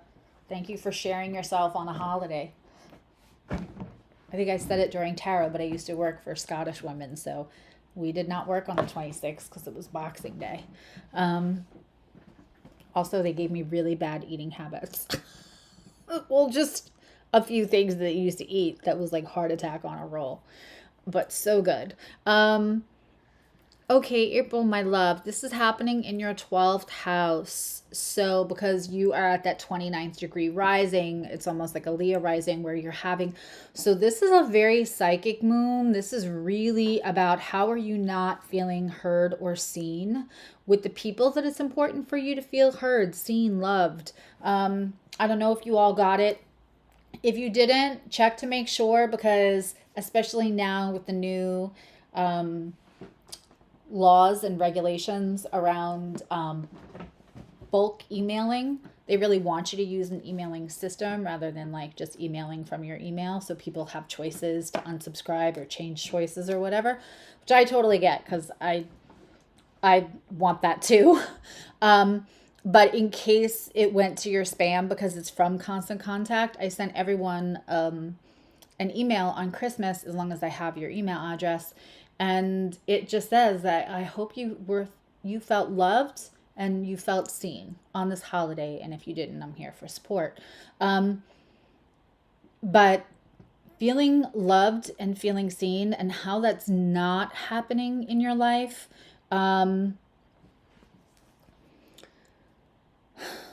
This is a big opportunity for you to, instead of relying on those people to make you feel seen or heard, and again, to write it out, to give it to yourself. Make sure that I have to make sure your new email is on my list, April, actually. Can you write that down for me for a note, please, babe? Thank you. Making sure that you don't wait for other people to give that to you and that you give that to yourself. And waiting for other people to give that to you so you could move on with your life is, we're not doing it anymore. You're going to be responsible to April. You're going to be responsible to April and your sweet nature and your beautiful heart.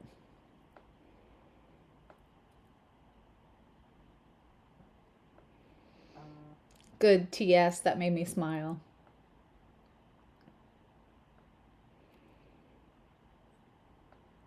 Yeah.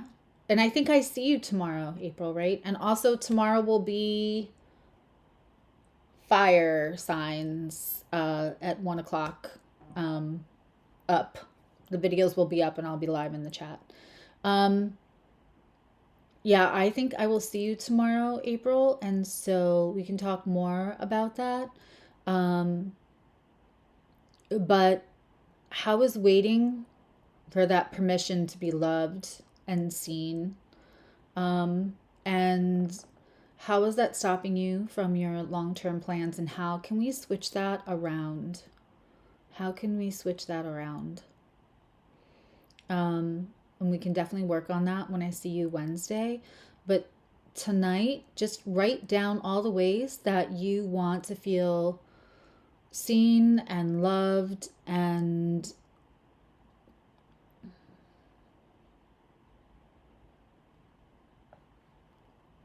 how you can give that to yourself, right? Because like you said before, you wish your mom felt that way about her Cancer rising child. We, we don't all get told every day that we're great. My friends' kids just bought each other siblings sweatshirts, and everybody's sweatshirts say not mom's favorite, except for the one kid that has the one that says mom's favorite. And when it's lighthearted and it's joke like that, it's okay It's funny. But feeling any form of rejection or not good enough by mom is not easy. And so this is an important full moon for you, babe. Write it and give it to yourself. And write down in what ways that you fear not being, what happens if you're not loved. That's a big thing. That I want you to rip up. Write 2 different lists. And that one, I just want you to rip it up and flush it down the toilet.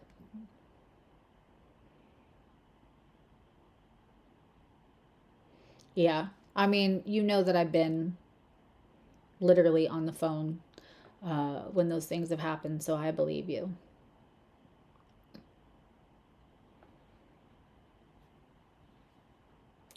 And we'll talk more about that tomorrow, but give it to yourself what other people won't give to you. All right? Okay, next one. Michael P, if he's still... Michael, are you still hanging out? Let's put him up and then we can always like timestamp it.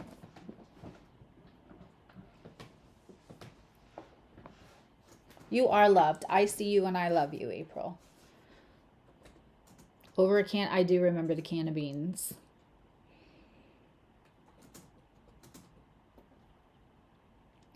All right, we're going to read for Michael P. And then which would be understandable because this started 2 hours ago. If you've wandered away, we'll timestamp. Oh, you are here. Okay. Should not be drinking chai latte at 5:45 at night.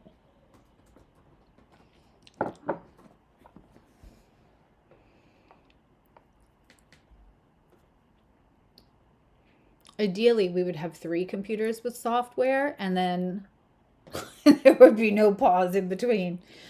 But Is MN Michigan or Minnesota, babe. There we go. Did I tell you look extra pretty today? I always get those 2 confused. Because they both have MI. See you tomorrow, April. Okay, Michael. We're just going to go to transits. Oh, another Cancer moon. Okay, so this is interesting because your moon is in the 9th house, which I'm assuming that you are just intuitively and emotionally intelligent, like in very open-minded ways. You're probably very interesting to have a conversation with. And don't mind me if I look like I'm looking off camera. I'm actually looking at the chart, at the chat, like I'm talking to somebody personally, and then I realize like I'm breaking eye contact when I do that. But so that moon, Cancer moon in the 9th house, beautiful placement, right? Yes, lots of Cancer moons tonight. But the last time it was like Scorpio rising, I said I wish I had a $5 for every time we got a Scorpio rising with the eclipse one, because I would have had a lot of $5. Now today it's Cancer moons. But what's interesting is the moon is actually happening in your 8th, even though it's conjunct your moon that's in the 9th. So that's always like an interesting layer to this. And then Jupiter is happening in your 6th house. Your 6th house, where's your Mars?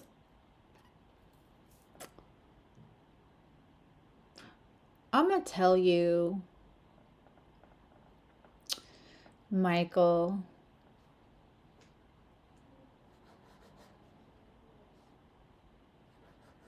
this is very interesting, actually. So that Jupiter it's conjunct your DC, your relationship, your DC, your descendant line. It's conjunct your descendant line, but it's really inside the 6th house. There's some kind of missed opportunity for like for self-mastery, right? In this, with this Taurus Jupiter, maybe possibly to rethink food in some way. Um, but also, that sixth house is led by Mars. Your Mars is in the second house, and that's kind of conjunct the sun in all of this. I'm also really interested in the fact that has nothing to do with the full moon is that Neptune sitting on your Mercury right now.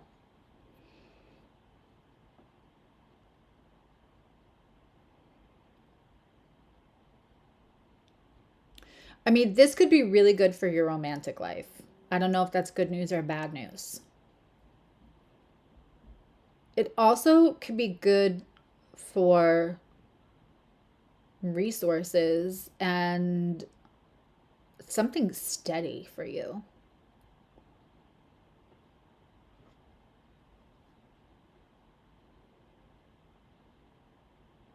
I mean,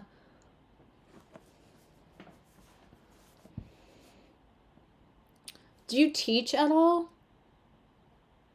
Or do you like read books, watch documentaries? Is it a comfort place for you?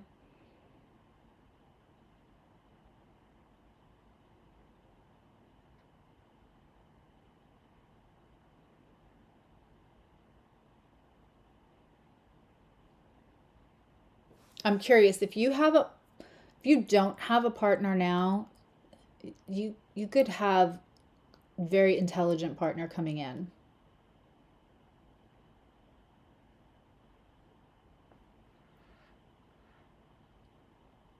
24/7. You are there is comfort in growing your worlds. Totally.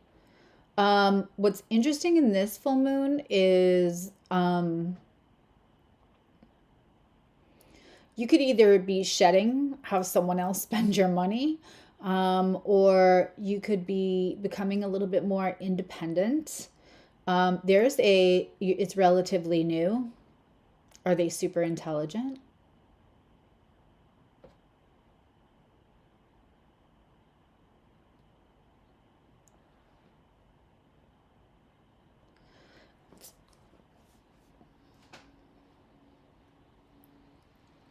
Um,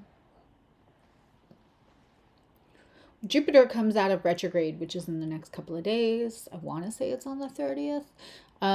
That Jupiter is going to go direct, and then it's very without a whole. Yes. Okay, yeah. This could have some legs to it. This could have some legs to it.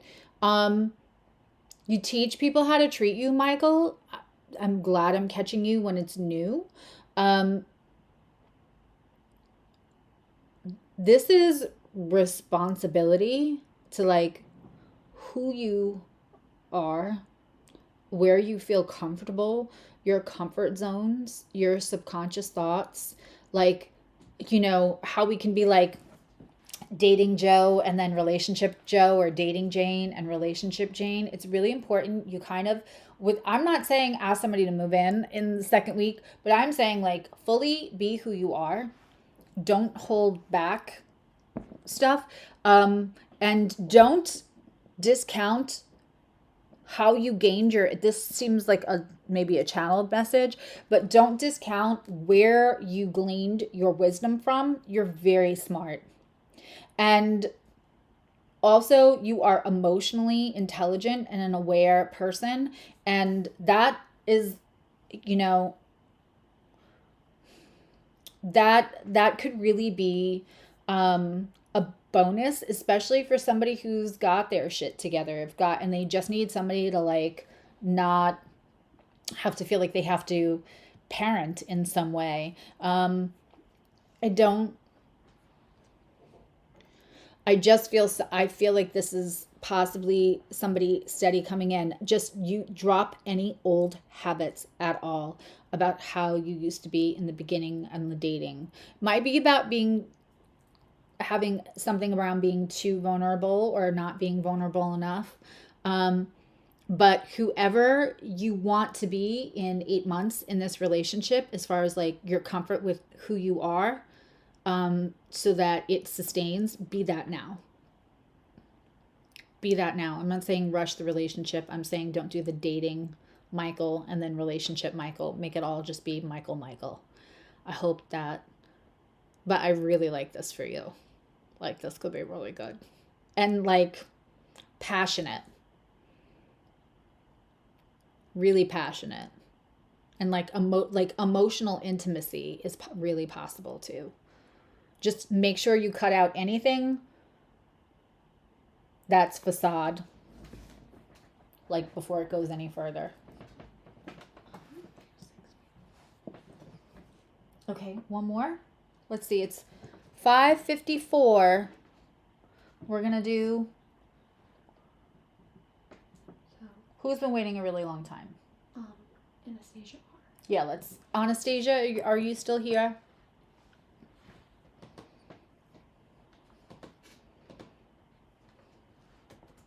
You're welcome. Aw, thank you. Yeah, if you just go to my links or something and you get on my email list, then right? Is that? Yeah, if you then you'll get like any, because a lot of times when I'm selling emails, I'm just giving something or like offering support. No, I'm not always selling something. But then you'll go on the email list.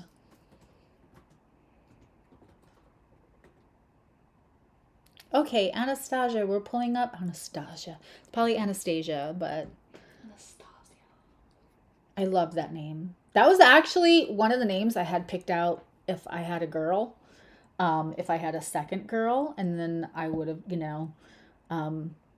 possibly called her Stacy, but I've had a love affair with your name since I'm a little girl, even though it's the name of one of the stepsisters. It's also the name of the Russian princess. I did not know that when I was little, but I still love the name.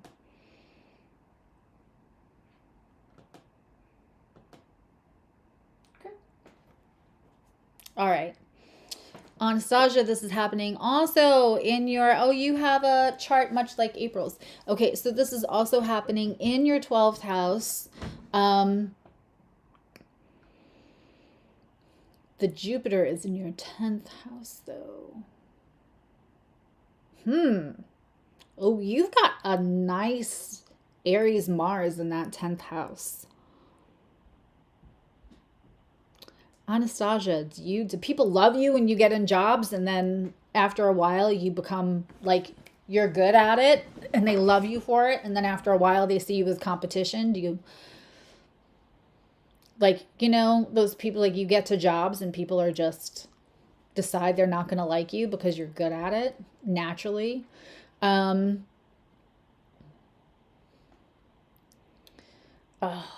probably the person everyone goes to get things done.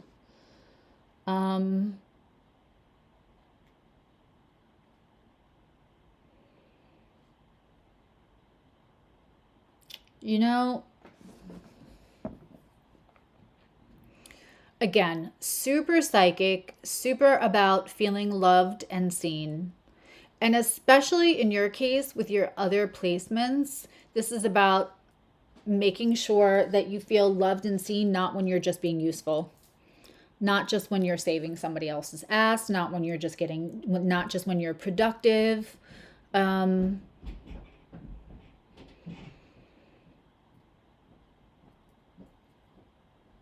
This is also trining your Jupiter, and it's sextiling your Chiron. Honey, honey, honey. This is a lot about... Yeah, Discord is just for members, babe. But if you need me to email it to you, I can.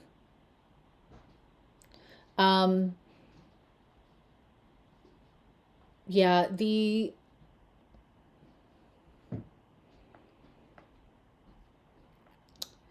sense of worth and value and feeling loved and seen and healing around that and self-worth around that, Anastasia, especially again around like, do you feel like if you're not taking care of other people's stuff that you're still valued,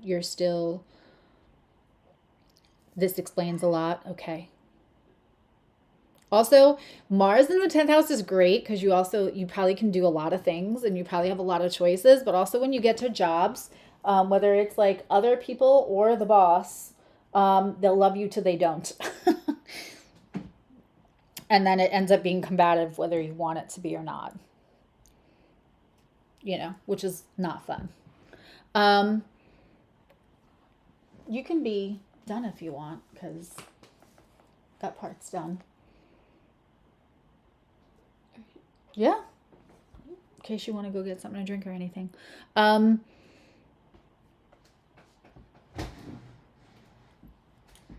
to stay out. Yeah.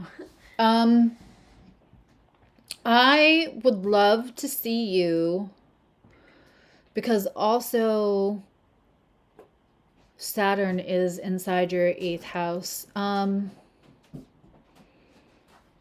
the last time you asked for a raise or decided that you needed an upgrade financially?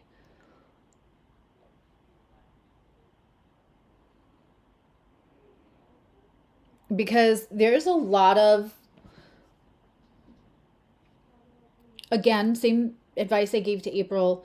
Don't wait on somebody else to give you being seen or heard or the way that you love to be. Like, don't wait on somebody else to give that to you to move forward. And in this case, it's move forward career. It's move forward in how you're being paid. You're due for an increase. And that's going to happen when you're responsible to yourself to get it.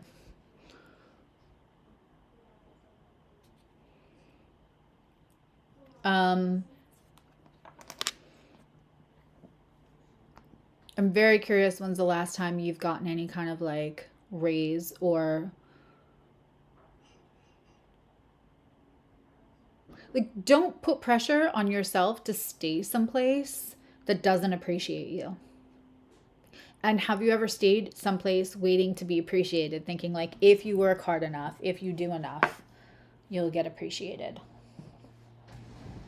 I'm moving her over so I can be where my knees can be. Woo! Okay.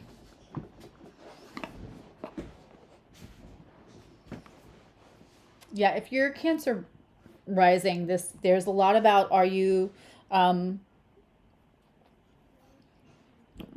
seen? Are your emotions felt? Not are you loved, but are your emotions heard? And how much do you shove down? Because how much do you shove down because you don't want to rock the boat or you're so used to not, feeling nurtured the way that you nurture? Yeah, be responsible to how the money is coming in. Other people's money, 8th house, that when you have Saturn there, it could be, you might bring a value to something that maybe can't be as seen. Like,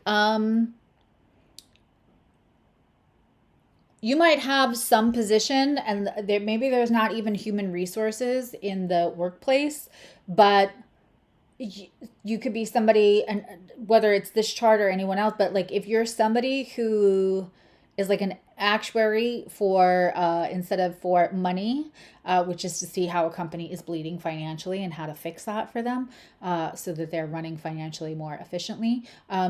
Sometimes you're somebody who comes in and the people that don't like you, it's because you do your job and do your job right. And those are people that have been getting away with half-assing their job and getting paid for it, right? So like you might be somebody who is like an actuary for whether that's a title or not. You may act, or your bosses may see you as an actuary for like, how productive everyone is. Yeah, I mean, the sun is going through your 6th house right now of self mastery.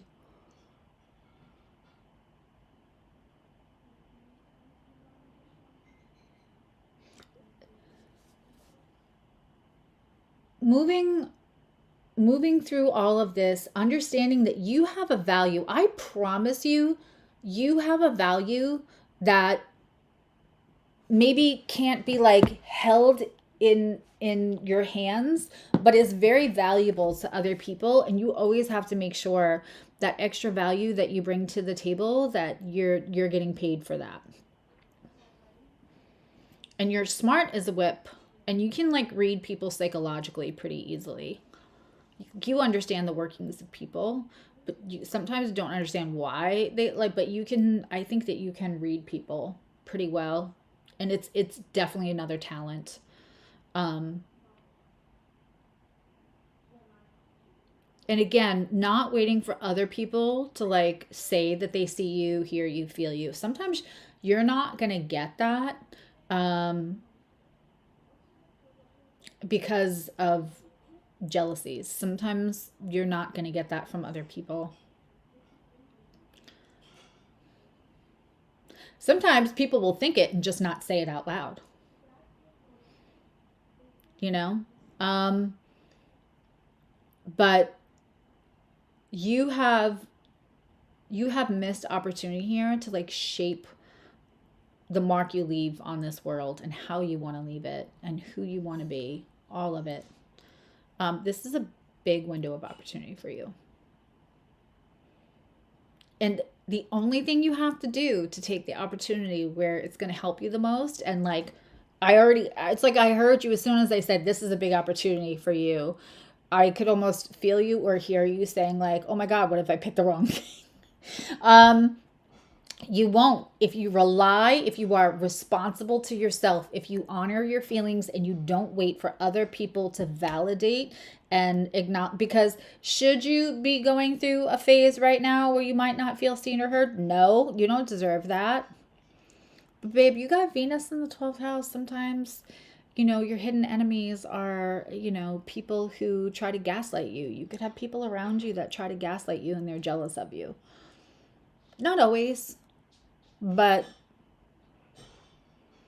you can read people, and then I feel like you can read people, and when you bring that to anyone's attention, they try to like gaslight you to take to like take away the fact that you just read them to filth.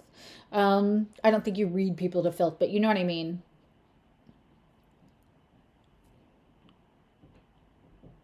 Always know you're smart. People might make you try to feel like you're not. You are.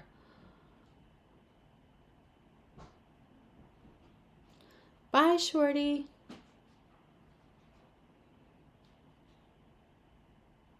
But yeah, absolutely. Going to school is great.